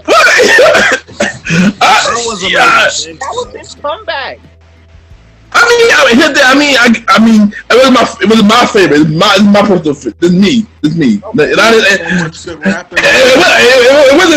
wasn't the worst Jay-Z album. No, it wasn't the worst Jay-Z album. It wasn't my favorite. Just wasn't my favorite. I don't know. I mean, Kingdom Come wasn't my favorite Jay-Z album, but it's up there in the top 5. That top right there. Top 10 for me. Top 10 for me. Top 10 for me. And that was back top 10 for me. Bootleg CDs. Yeah, I had that CD. I had that CD though. 3D shit that he had. Facts. Yeah, I remember you You hype over that, son. I remember that shit. I remember you hype over that, son. You hype over that, son. And then you died. What? And that was a direct shot to my favorite group of all time, which is Dipset. But that was a direct shot to them. I was like, oh. It was. Okay. It was. I respected it. Hold on. What about 444? 444 is probably over Kingdom Come. That's your grown man album. That's right. For us. I remember. Life right now, 444 is my second favorite Jay-Z album of all time. I would say that's like my third. That's my top 5. That's my top 5 actually. That's like my third. My top 5, yeah, I remember Alvin introduced me to album. I didn't have title. I was called. He played the whole album from there. Like, yo, this album was fire. So hype. I'm like, it was. I remember so that. Good. It was. The only 2 albums better than 444 was first Blueprint. Yeah. And Reasonable Doubt. Yep. Exactly. I like what's it called? I like Blueprint, just for the storytelling. I like Reasonable Doubt for the storytelling. Yeah. Yeah. The agility. I always love a real agile rapper, but I still would put them both behind 444, just because like I love the album where not only you're staying really focused and thematic, but the other part of that is you're actually like connecting, not just connecting. Like I felt the pain. I felt the regret of making mistakes. I felt the joy and understanding, like just being a black entrepreneur. All of those things I got from that one album, and that was a relatively short album. Yeah. And I got upset when that album did not win no Grammy, son. I was upset about that. Fucking robbed. Yeah, he got robbed for real that year. Yeah, I was upset. You remember we were doing the album, the reviews on YouTube, Roddy and Rondell. Remember? Kendrick. I mean, even though Kendrick was good, but it was Kendrick. I think it was the damn album. Kendrick won. Kendrick won, yeah, it was Kendrick, I think. Won that one, and it was rightfully deserved. I'll be honest with you. Yeah, it was. Oh shit, back. It was, yeah. The Kendrick was the album that year. It was good. It felt it felt abstract to me, so I like that. Yeah. But we're going to get into Oh, next topic though. Speaking of rappers, we got Chip the Rapper. Oh. He had the audacity. He had the audacity to say that Justin Bieber's new album that had not been released yet will be up there on the level of Off the Wall. How y'all feel about that? that nigga smoking crack rock. Oh, hold on. We ain't heard the album yet. Yeah, I was saying. Bro, Off the Wall is one of the greatest albums of all time. It was, yeah. Yep. Artist is going to sit on that couch and tell me that we should get this Justin Bieber album a chance for it to compare to Off the Wall. I mean. No. I want to hear Alvin say this. I want to hear. Alvin say it. Without evidence, I don't ever come to a conclusion. So this man, a rapper who we all relatively respect, even though his last few efforts have been kind of has said that this man's album is going to give Off the Wall a run for its money. So Justin Bieber album, Justin Bieber. Reserving judgment. I'm not agreeing with them. I'm just not disagreeing with something I don't have the facts to disagree. I'm reserving judgment until I hear this album. I agree. And I don't come out of this thing dancing, trying to do the, like, you remember in the Off the Wall where he was like dancing towards himself? I don't come out doing that. I am going to publicly go on a tirade because the rapper listening to a Justin Bieber album. Here's the thing. So they got their first single out called Holy, Justin Bieber and Chance the Rapper. And based on that comment so far, it sounds nothing like Off the Wall stuff. So I don't know. It's not supposed to sound like Off the Wall. It's supposed to be. Bro. Y'all, it's supposed to be good ass. What y'all not getting is this. Two things. Number one, nobody's going platinum no more. That's true. They just go platinum in a different way. In order to go platinum now, you gotta get like 1 billion listens or views. Whoa. Which brings us to my number 2 point. Hold on, remember. It's not even on Michael Jackson level. So what makes Chance the Rapper has never came out with an album that was Michael Jackson like? You know what I'm saying? So what makes him think that Justin Bieber of all people is gonna come out with an album? I mean, hold on. Let me say something about this.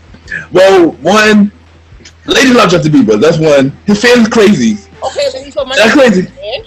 I don't think it will, but if you have a big fan base, it's possible to get there. Sales wise, I don't think as an art, I don't think we'll get there though. I mean, I get that part. That's what I'm saying. That's what I'm saying. There's no album sales wise, Off the Wall didn't do that good. Only album. Remember, I spoke this last week. Lil Baby, the only person this year that went platinum. Lil Baby was the only person this year. Artists to sell platinum? If there's only one artist to do it in 2020, there's like no. Lil Baby, yeah, I know that's crazy. So I ain't gonna fight it. Put out albums this year. A whole lot of people out this year. Who? No, Eminem went platinum. Are you there? Murder by already went platinum. They did. First album of the year. Not for the latest album. I thought it was just Lil Baby was the only person this year who went platinum, from what I heard. Double platinum, my dad. Double platinum. That's what I'm saying. That's my thing. But to go gold. Gold, yeah. But why they putting Justin Bieber on this pedestal? Like, he's not. Because I don't know. I guess Justin Bieber. He got a song out, or Chance might have got a song collab. They got a collab out right now. That just came out last week. They got a collab out. That explains your whole point why he says that, because he got a song, he got a yeah. And they go and they good friends. They're like us saying Alvin got the best album in the world. I'm gonna say that. I'm gonna say that too. Yo, remember when picking up DJ Khaled last album? Oh, to the I Saw the Sun, that one. Yeah, they said that was gonna be the best album ever, and he didn't. That shit crashed. That shit was trash. They were trash. They were trash album, man. That was a trash album. Are we? Hold on. Lil Baby. Yeah. A Baby. I said that. Lil Baby. I said that. Went double platinum. Yeah, I said that. We talked about that last episode. I said Da Baby. No. I said Little Baby. I said Little Baby is not talented. The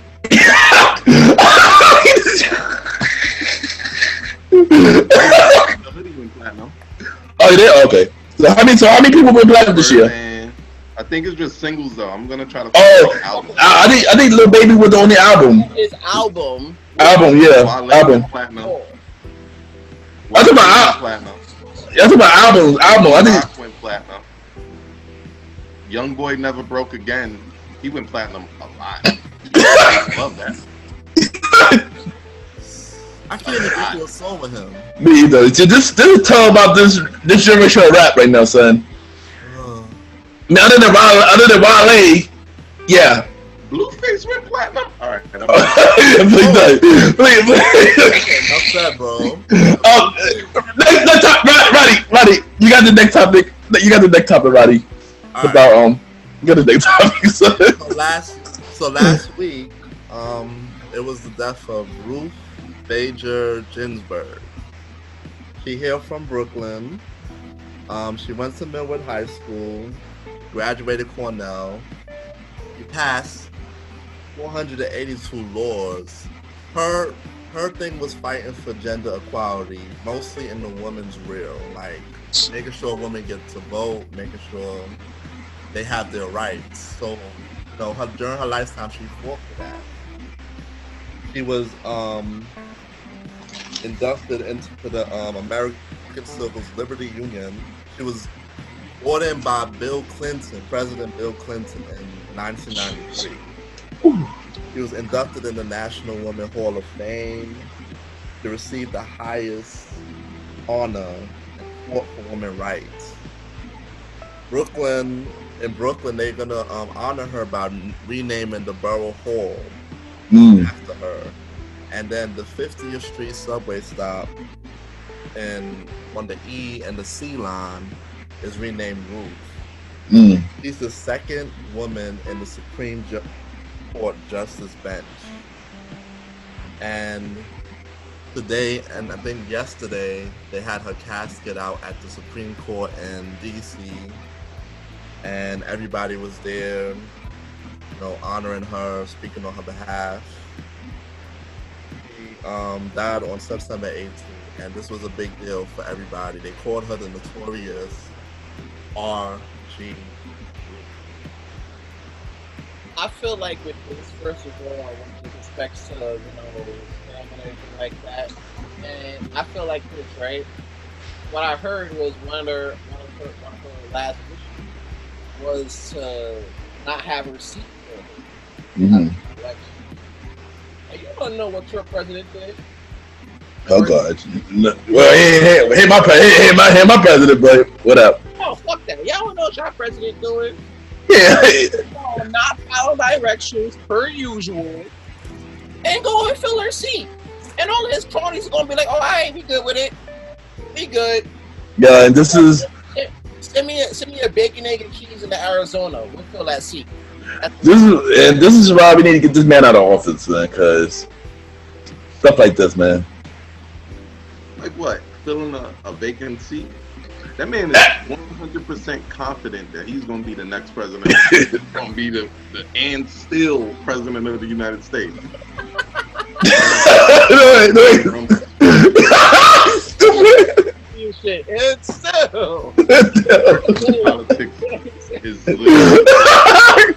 Donald Trump. He's doing understand American politics and is literally the WWE. It's literally wrestling. I mean, remember, I mean, half of the they eat support Trump. So I mean, I'm not surprised. Not surprised. The company itself supports Trump. Yeah, not surprised. Like the WWE, I'm Ice Pack. I am bone. I am bone. Yeah. Party. Hello. Like, just having those names put them on par with the damn debut of the fucking Shockmaster. Yo, I might need you on the Survivor Series prediction show when we do it, son. with me and Mr. Aaron Sands doing, yo, we gotta have you on the prediction, the Survivor Series prediction show, son, just because it'd be funny. I'm Miracle Grow. Yo, why are we not doing a Clash of Champions prediction show? Nobody watch no damn Clash of Champions. Nobody's trying to watch that shit. Not Backlash. But we get off track. We get off track. Yeah, we get off track. But fact, me too. But we get off track though. About Ruth, Miss Ruth. I know what she did, but I didn't really follow her like that. But I know what she did. Yeah. She did a lot for women, especially. Yeah. You know what I'm saying? A lot for women. Yeah. Honestly, it's more important for. Actually, I'm not gonna say that. Actually, I'm gonna take a step back. Last election was more important for women. Yeah, it was. Yeah. And then you want to know what white women did? You want to know what 54% did? Don't remind me, son. For an obvious sexist. Exactly. No, I'm not trying to be obvious sexist. This is fact. You can look this up. No, we know. I shake my hand in my head right there, so I shake my head. Yeah. They voted for Trump, who was definitely against abortion, bro. Yeah. Definitely against abortion. I'm up to white women. They gonna hold they nigga down. Sorry, they gonna hold they white man down. Whatever. It's like, you sure we want to vote for him? He did say he was gonna grab pussies and stuff. It's like, nah, that's just boy talk. I mean, alright. That's Annabella from North Dakota. She just said she could grab her. President Trump could grab her pussy anytime. That's why so when they on board, you can't say nothing. They be on formation. You want to talk about formation? They're in formation for they nigga. I don't care. You own our content. That's a conversation we should have. We should plan that for a podcast. Oh, we got space. But yeah. All right, so we got one more topic of the Premier Boy podcast premiere news. Yeah, this is a long premiere news. Gee Louise. All right, so we got some COVID news, y'all. So as we know, NYC cases have been rising slowly. So my question to y'all is, do y'all think we too safe? You were never safe. Word. I just say it. Every bit of outdoor activity we've done was at our own risk. Exactly. Just because we got lucky and didn't catch this hoe, don't mean that the hoe didn't leave. She's still here, bro, eating all your food. Eating all the shit. Eating all the fruit snacks, all the bread, all the leftover Taco Bell, all that shit, bro. You know what I'm saying? You're not going to be good on this? It's bad enough that people in Williamsburg isn't covering their masks. Yeah, yes. It isn't bad. It's bad enough that you go to the Bronx right now. You go to the Bronx right now, niggas having parties. Yeah. Lakers and Nuggets on a little TV right in front. Shout out to my homies out of Warren Place.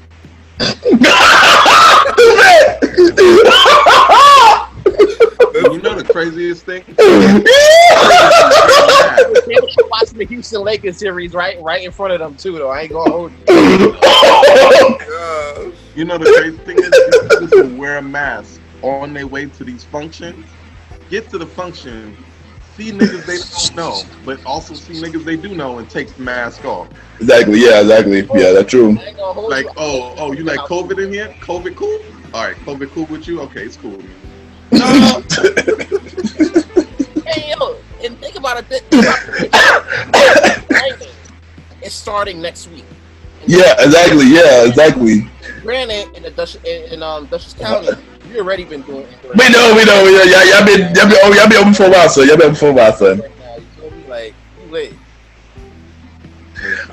Man, this is my first bit of indoor dining over the last weekend when I was in Puerto Rico. You was in Puerto Rico? That's podcast. No. I went Puerto Rico. I went the day after. Friday on Saturday. So fuck it.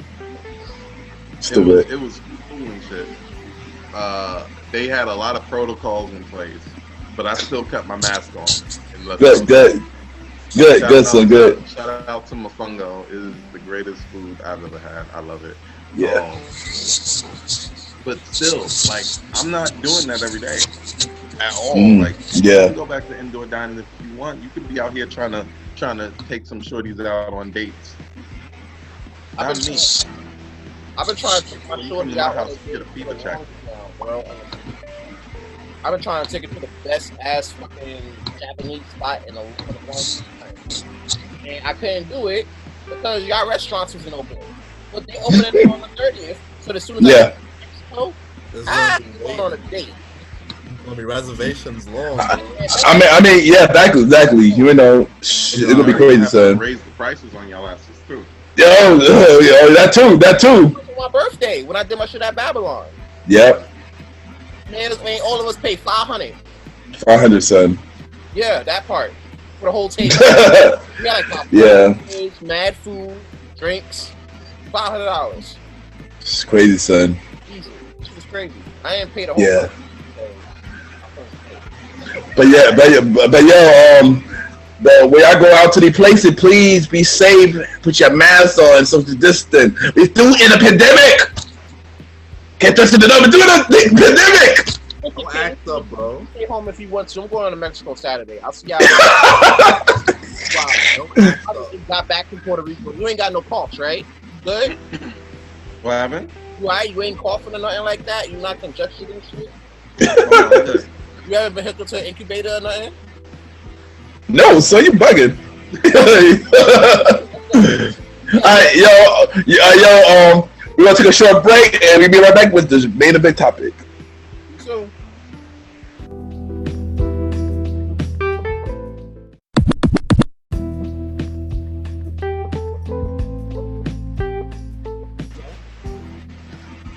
Yes, y'all, we are back. So, as we said on the anniversary episode, we put the Mr. Malimal.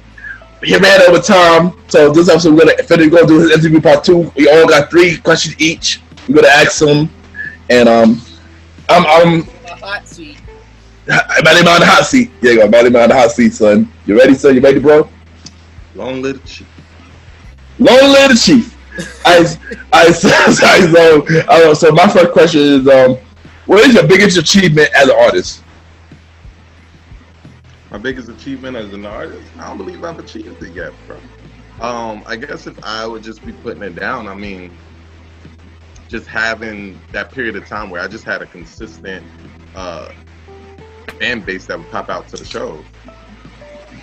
That was an achievement for me because it's hard to get a fan base as an artist, especially when people SoundCloud artists all the time. It's hard. True. Alright. Okay. So with the pandemic, right? You already know how it's going. About 200,000 dead, millions of people out of work, follow on unemployment, But being the fact that with the pandemic, it's causing most people to file for unemployment due to job loss, do you think it's the best time ever for entrepreneurs to cash in on their craft? Good question, son. Good question. Bro, this is a pandemic, but it's also a paydemic. Right? I stole this from a lady named Lisa M. Jones. A paydemic. People are getting paid, right? People have nothing but time and the internet at their disposal, and they're using it to make more money than they've ever made in their lives. If you didn't get paid more than you've ever been paid in your life during this pandemic doing your craft, you ain't doing your craft. Period. So yes, this is the very best. Like, because there's always an opportunity, right?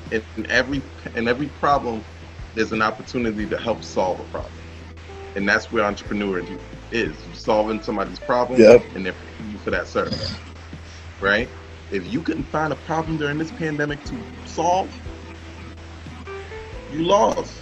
Like, there's restaurants that went out of business and restaurants that boomed bigger than they ever boomed before at the same period of time because they figured out a way to solve a problem. Facts. All right, retros, man. Alright. Your turn, man. I'm Mally, so How do you feel about the Black Lives Matters marches, rally around the nation? They are futile. 100% futile. They're not gonna work. Oh, wow. And other than really putting that energy out there, like trying to find a positive place to do with that rage that I know envelops your belly every time you hear somebody got killed under auspicious circumstances, every time you see a video of some wild nonsense happening, and then you listen to the prosecutors and the pundits tell you, oh no, that's not how it happened. Like, I've seen it. I know how mad you get. I get mad too. I'm pissed. It's like being black is living in a state of constantly being pissed, right? But I'm also a thinker. This protesting stuff never worked because we're protesting a system that's designed to do what it do in spite of protest. It's not gonna work. What's really gonna work is getting control of our black dollar and doing more with it. Until we do that, we're gonna keep having Breonna Taylors, we're gonna keep having Atiana Jenkins, we're gonna keep having Roger Bland, we're gonna keep having Freddie Gray, we're gonna keep having, the list goes on. Facts. So you already know, ladies want to know, what is your relationship status? Are you single? Are you taken? Are you complicated? What's up? You don't put the man on the spot like that, can't shit. Hey. Ladies, Wild question, boy. Lady with a no, son. Sorry, man. Lady with a no. Like this. Be very careful how you answer this next if you got a girl, man, she watching, son. Dang, you better watch what you say, son. Listen, everybody in my life that's trying to be in my life or know they be in my life, they already know where we stand. I keep it 100% real. And right now, I'm single. There's somebody out there who doesn't believe that I'm single. I done told them I am. So, but I'm really, really single this time. Like, oh, wow. I'm really going through a period where I want to, like, try to take some time to figure out who I am. Exactly that. Without, a woman. So that I can give a woman a full man. Can I give you some advice, bro? Oh. All right. Why are you laughing? Sorry, my bad. Go. I'm trying to impart some wisdom on our bro here, like that ass. Like, all right, look. What's going on right now? Our corner. Bro, no. That you're single. Take her feet, right? You suck the shit out them toes, bro. Stop doing that shit right now, bro. You suck the shit out them toes. The What fuck? a culture. Hey, yo, bro.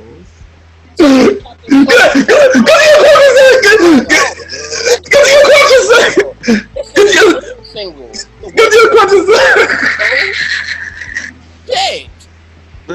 Listen here, bro. I like Caribbean women too much to be sucking toes. Caribbean women be having big ass feet, right? Calluses and all that. I ain't sucking that shit. Man. You ain't watch Boomerang? I did. I also watched Don't Be a Menace to South Central. She wasn't from Jamaica, bro. She was from Compton. Big difference. Alright. My feet was small and nasty. Jamaicans got big nasty feet. Nah, don't do that. My girl got nice cute feet. You better not. You better not. And I said last night I was on them shit heavy, bro. Too much effort, son. Government cheese making I ain't years, bro. Trust me. Hey, speaking of toe sucking, right? We had an episode early on this season, right? You're not going to make that a segue. We gonna make it. He literally did. He literally did, son. He literally did, son. I don't know how, but he did. In our series, in this season in particular, called Thought Tales, where we discussed our own thought tales about our craziest game, yes, a thought. So, tell us about your best thought tale.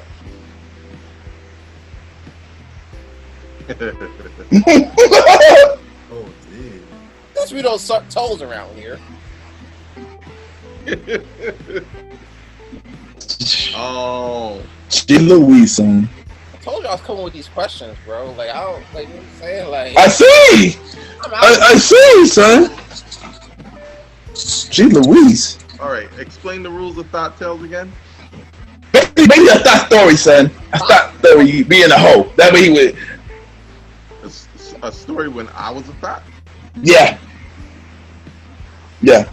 Yeah, basically. Basically. Oh, I'm gonna take it back. Uh-oh. You were there when it started, Sam. Oh! Realize that. That's been at a party, boy. Nah, even crazier.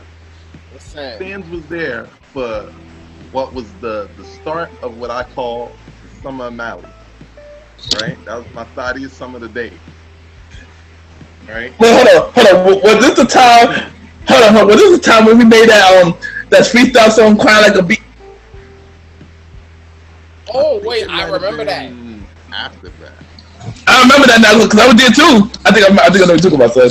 I think I know what you're talking about. Friend there to say. It was Okay.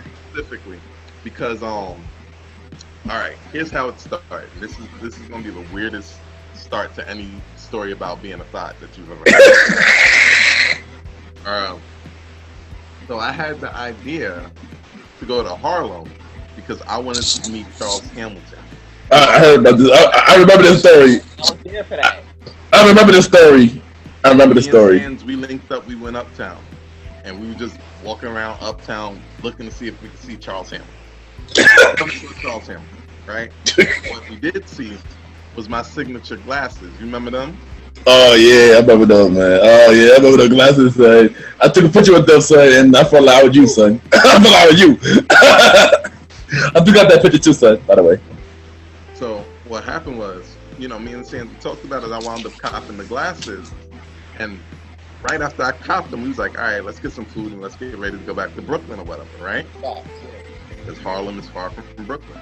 So we went to McDonald's, and we're standing in the McDonald's line, we chilling, and then all of a sudden this girl walks up to me, she hands me this letter, right? Like, not a letter, but it was like, she wrote her, it was so old school. She wrote her name and number on this napkin.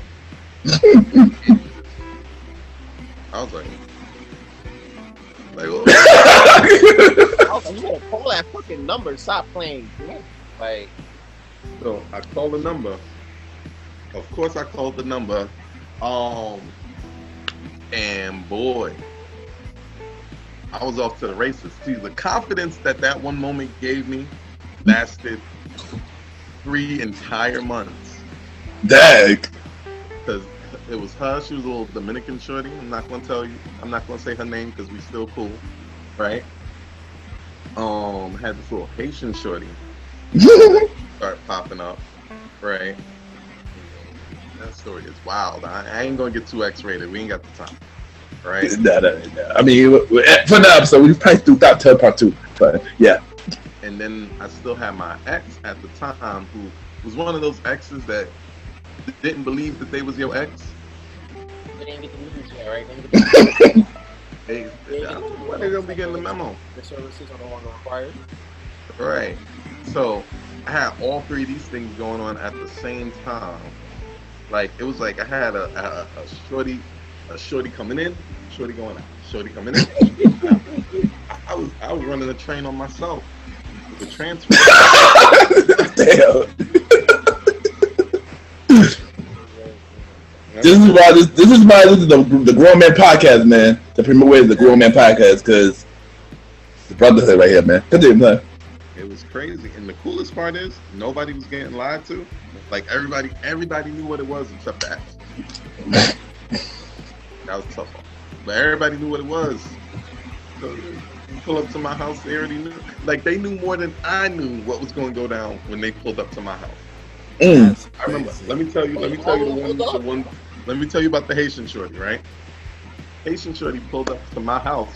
That was back when I was working at Staples, right?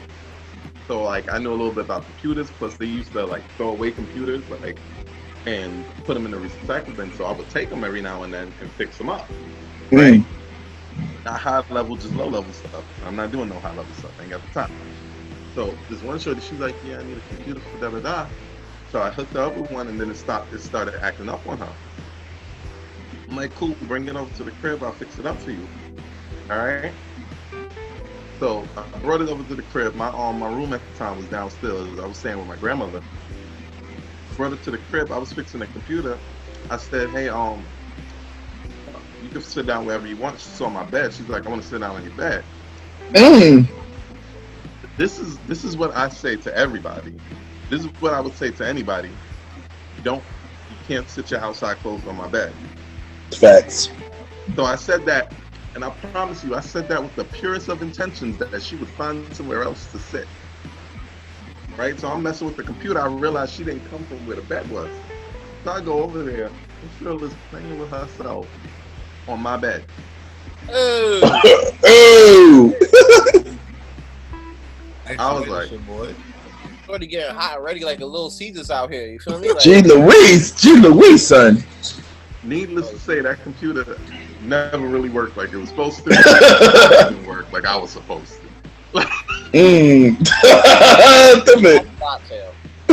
Dot G. Louise. That's Dot. That is Dot, son.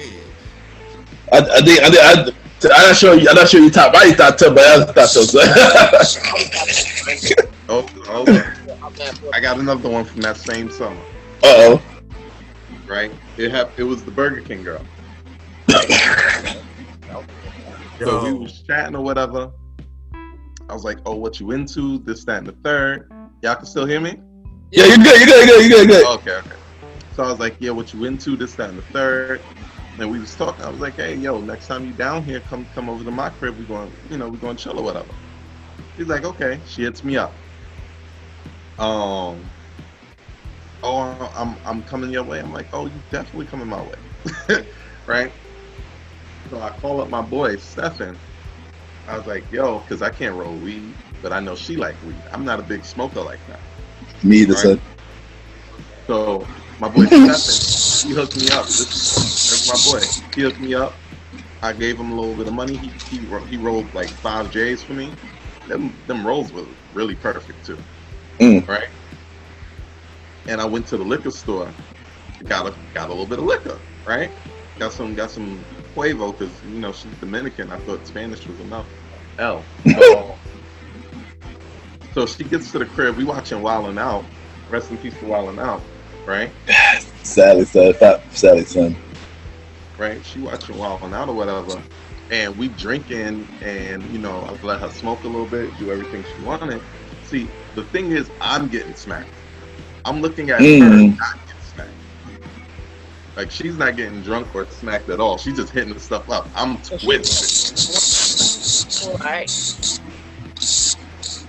I was like, oh my God, this is some wrong shit. I'm floating. Serial killer, bro. I'm sorry. She's serial killer. She's drinking all that shit and smoking you down like that. She's serial killer. Smoking you down. She really smoking you down. Going on down. So we went downstairs into like my room area or whatever. Take it to the room. Do the boo boo. She started kissing on me and then pulling on my clothes and all this stuff. And then like of course, so I'm acquiescing. I'm like, hey, let me get in there. She's like, wait, hold on. I don't think we've known each other long enough. I was like, well, how long have we known each other? She's like, I think about 2 weeks. Well, no. She asked me how long have we known each other. I'm like, maybe 2 weeks. I was like, fuck it. And I did something. I can't remember what I did to her. I don't know if I sucked the titty. I don't know if I bit her neck the right way. She's like, it's been a month. And she's just ready. She just takes off the pants. Like, fuck it, it's been a month.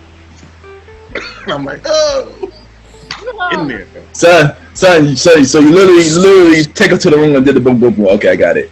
Right. But here's the twist in the tail. I'd only known her for 9 days at that point. I mean, don't worry, son. I kind of had a one night stand one time, so I completely understand. I had the one night stand situation where you see me. Wait, hold on 1 second.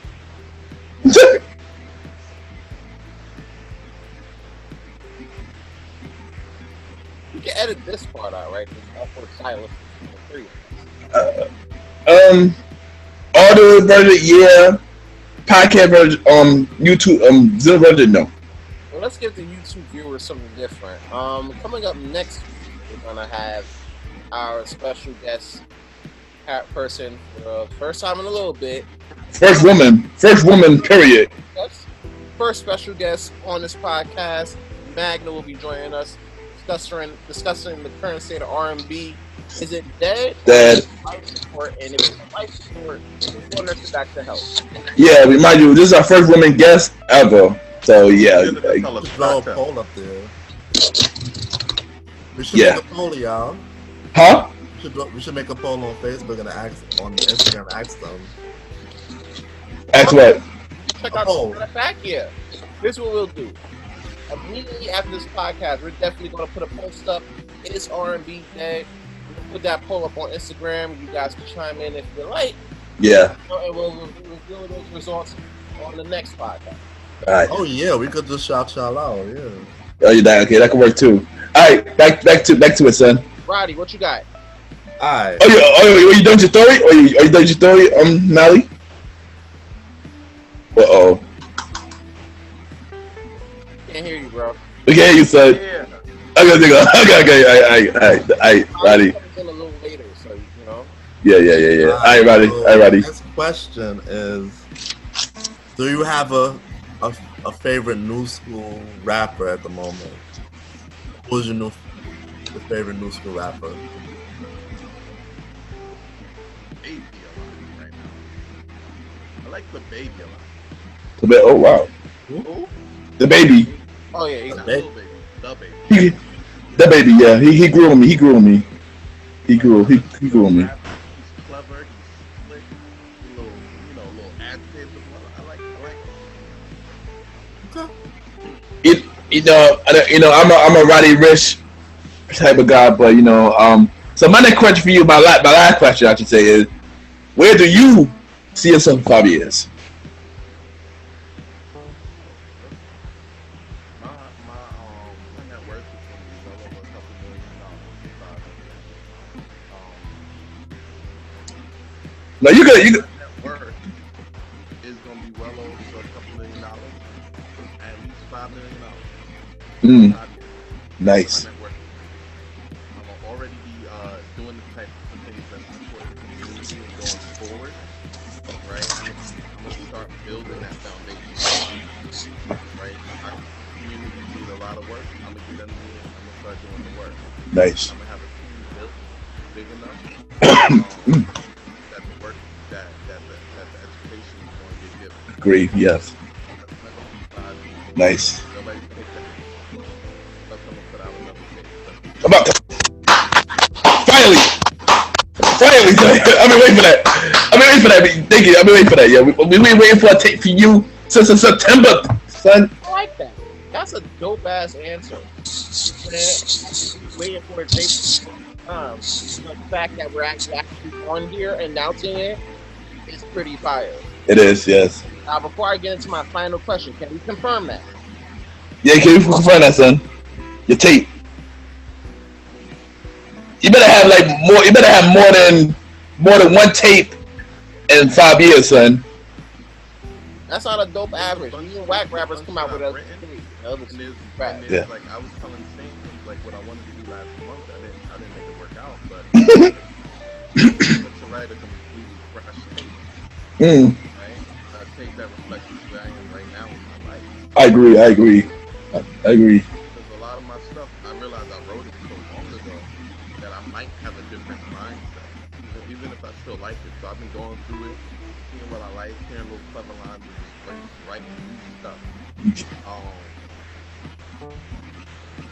It'll be crazy. It's about evolution, son. It's about evolution, and I want to see that tape. I want to hear that tape, son. And who knows? You know what? Who knows? Maybe I want to be featured in that tape, son. Saying that here. I have no idea what he's saying. Me neither. To the ladder, son. You gotta speak up for the rest of the class community, bro. Listen, I already got songs that I'm trying to get y'all on. I'm gonna be politicking and lobbying for it. Okay. Yeah, I mean, I don't know if I got that. I don't know if I got my voice still, but I'm down for at least. I'm down for one take. I'm down for one take, son. I ain't got the bars I like you used to have. Kind of fly. You know what I mean? Maybe bring back the Teddy Overload Boy for one song on the tape. Oh, wow. I don't know that, but that's a joke. So speaking of tape, right? Even the fact, we got the current, getting away from 5 years from now, but focusing on the state of hip hop right now. How do you feel about the current state of hip hop, and where do you see yourself changing the game in this climate? That's tough because hip hop right now is the most accessible it's ever been. Yeah. But it's also in a place where it's going through its cycle, right? Hip hop started off as being nonsensical party music, and that's what people wanted. That's what hit the people's soul, and then it evolved into this deep, epic, poetic storytelling, gangster stuff, and then all of this. But it's always going to evolve one way or another. It's going to evolve and refine. Hip hop is never going away. Where do I see myself fitting in? I'm just going to be on the end of that cycle where like we get back to really, really pushing really dope lyrics in the mainstream. That's what I see. Right? Nice. There's more than enough room for it. Like, I'm not hating on nobody that do their thing unless they thing is really stupid. Yes, I'm Jim Cornette, Joe Budden out here. If you're not making sense, if it sounds like garbage, it's garbage. I don't care if people like it. But if you're really doing your thing and you're respecting this game, I respect you. I'm not gonna hold you. The Joe Budden reference, fire. Jim Cornette reference, and here's why. Because Vince Russo came out with a lot of dope shit in the 90s, even though it looked like trash. Yeah. He came out with a lot of dope shit in the 90s to help propel them to the drug that they are right now. And I'll be honest with you, bro. Like, I kind of Jim Cornette has his moments where he talk about old shit, and I get it. But, he says Vince Russo dumb hard over some bullshit, especially on Dark Side of the Ring. Yeah. Where, I'm like, you gotta acknowledge that shit where it comes from. The Attitude Era was all Jerry Springer shit, bro. You know what I'm saying? And even though it seemed trash on the surface, that shit got him far enough to beat WCW. But I digress. No, and I can, because I listen to Jim Cornette. He respects what's real. So there's current day things he likes. Like he liked Finn Balor versus Adam Cole last week, right? Yeah, he loved that match. And that was a modern day match, right? So he's like me. He's not just hating on it because it's not what he's used to. There's a certain set of things and a certain level of respect that he feels like has been lost, and I feel the same way about hip hop. So like, I don't mind that your thing is different. I just want you to respect the game that you're in. I agree. Yes. And there's a lot of. And you could tell sometimes when people are spitting that they don't care the hell they saying. They just hoping to make $1. Exactly. Like people like this bastard Post Malone, and you can tell him I said it. Right? Hopefully you're listening, son. Hopefully you're listening. Hopefully, yeah, Post Malone, I said it. You trash. Not only you trash, you disrespectful. Right. I'm not gonna disagree with you. I kind of agree with you. He is kind of trash. I will say his last album was like. I did it, but that became biggest album. I think his last album, actually, I believe. But because he has all them sing-songy songs on it. He's not a good rapper. He's not though. He's not. They could put together a good hook for him, but he's not a good rapper, and he definitely don't respect the game. So I don't respect him. Nah, I agree with you on that. If I meet him, I'm gonna step on his sneakers. Make a diss track about him, son. Call it a day, man. Oh, that's a good idea. Roddy, what's your last? Roddy, last question, son. Alright. Do you feel like New York City will, when will New York City recover financially with COVID? Well, that's a tough question because certain people in New York City, like everybody who really relied on jobs, not everybody, but a lot of people who relied on jobs that couldn't support them through COVID, they hurt financially. A lot of the places that relied on people through COVID to come to them, they hurt financially. But then there's a lot of stuff that happened or kept happening or got bigger during COVID. So when you talk about recovering financially, you got to ask who's recovering. I was talking about the city in general, not only the people. But that's what I'm saying. Is the city really, really, really that hurt? Because they've been able to maintain continuing having money come into the city. Right? I think about it like that. They've been able to do it. This, like, you'll know when your city go bankrupt. Trust me, you'll know. Right? Like, the people of the city, a lot of them are hurt, and then some of them, you know, they're gonna recover as soon as they get a job. Because most of those people were paycheck to paycheck anyway. The problem was they lacked a paycheck. As soon as they get a paycheck, they're gonna go back to living that same mediocre life. Not to hurt, not to step on anybody's toes. Not like that's entirely y'all true. not supposed to. Yeah, true. Yeah, true. Like really, if you're literally living paycheck to paycheck, the next time you get a paycheck, your life goes back to normal. Basically. So, as far as that goes, it's not. My thing is, the bigger question is who got this money, right? Because what happened with COVID, it was low-key a really big wealth transfer. There's a lot of big companies that won't exist anymore, but there's a lot of small companies that got bigger. There's a lot of money that went from one person's hand to the next person's hand. That's what I have not been able to answer yet, but that's what I'm looking to find out.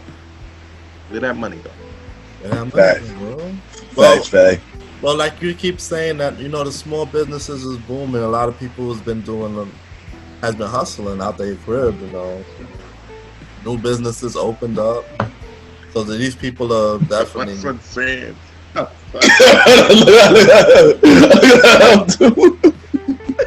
And so these that people right there is the benefit of having a strong lady by your side. Facts. My son is Romeo.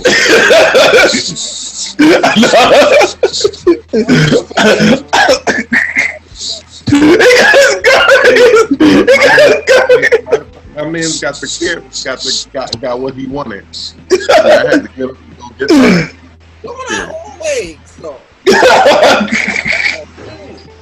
I know. All right, guys. I respect it. So this is the end of this is the Premier Boy podcast. You know. It's Premier Boy podcast. I know, my bad. I'm sorry. The first two shows. I'm sorry, but the Sunday, yes. Bigger of that. You already know this is your boy Ken, Aka MrGentleman. Follow me on my IG, Ken_MrGentleman. I repeat, Ken, KEN _Mr. MR GentleMan. Also, Mr. Gentleman like the podcast. Oh shit! Today, that's what's up. Yeah, it returns the merch. Yeah, I'm working on that. It returned this Sunday. My first guest is Miss Pandy Allow. Returned to the show. She a fan favorite. We gonna talk money. We gonna talk a lot of good stuff. Yeah, Mr. Gentleman like the podcast is back. Good brothers, man. Say y'all peace, y'all. You already know. First of all, before you follow me or find me on any IG handle, I used to say it's about Breonna Taylor. I've said find the cops mine and commit the cops who found Breonna Taylor. Fortunately, as usual, our system fails on that. So I'll be changing it going forward to find and support black businesses around your area. Facts. After you do that, then you can follow that. You know what I'm saying? Here, that's AARONESPREMIER. If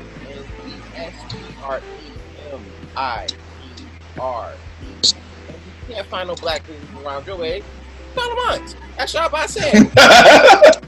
Facts. Yes, for all your photography. Facts. Yo. Yeah, see? It's your boy Roddy. Follow me on IG. RODDY retro page or RODDY_F. Live coming soon, man. Just follow my page. We waiting for that, son. We waiting for that, man. I'm here, bro. Listen, I'll be one of the first people on that live, real quick. Facts, yo. You ain't know promote my people, and you ain't know me, son. You ain't know me. I ain't Mally, son. Tell me what you gotta say, son. Also, after Mally speak, I got a big announcement, but speak, Mally. All right. You already know the Chief is coming at you live. Long live the Chief. Follow me at They Call Me Malimal. Malimal is spelled Malimal. They call me. If you don't know how to spell that, that's first grade for you. Listen, not only do we do this music thing really big, but we definitely do the finance thing. So if you know anybody who's looking to do their finances, if you know anybody who wants to make extra income, if you know anybody who wants to be properly protected, debt-free, and financially independent, you come on my page, you shoot me a DM, and we after it, baby. Let's go. And that right there stands approved. Yes. So before we go, I got one big announcement. If you haven't subscribed to us yet, subscribe to us now on Anchor, on Spotify, on Apple Podcasts.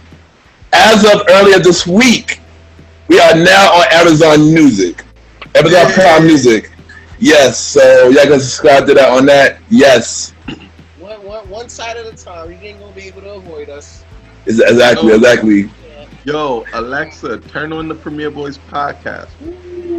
That exactly. Heavy fire. Exactly.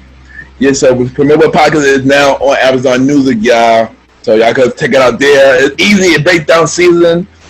All the season 1, including this new episode, is on there. So yeah. Episodes past that. Yeah. What we got right now on Amazon Music or your respective podcasts. Yes. And also, yo, how about that on YouTube too? Cause we need some love on YouTube. We on YouTube as well. Just go on YBGENT TV. You know, just follow us on there, and yeah, we need some love on YouTube. So we need some major love on YouTube. But yeah, we also on YouTube as well. Teach y'all didn't know. Alright, y'all. It's Aaron Sands. Yeah, it's your boy Ken, Aka MrGentleman. The boy Roddy Rob. This is your truly the one and only Chief. They call me Malimal. Yes. Song of the day. Yes. It's my song of the day. In the show. Yeah, you know, they get it. Next week, Magna on the show. R&B dead. Is R&B dead? Nah. Hopefully Bust your ass. Hopefully Molly be back, son. Hopefully Molly be back. Yeah. Okay, we out, y'all. Yeah. I can't get on that switch. I'm about to bust your ass, bro. All I get it, son.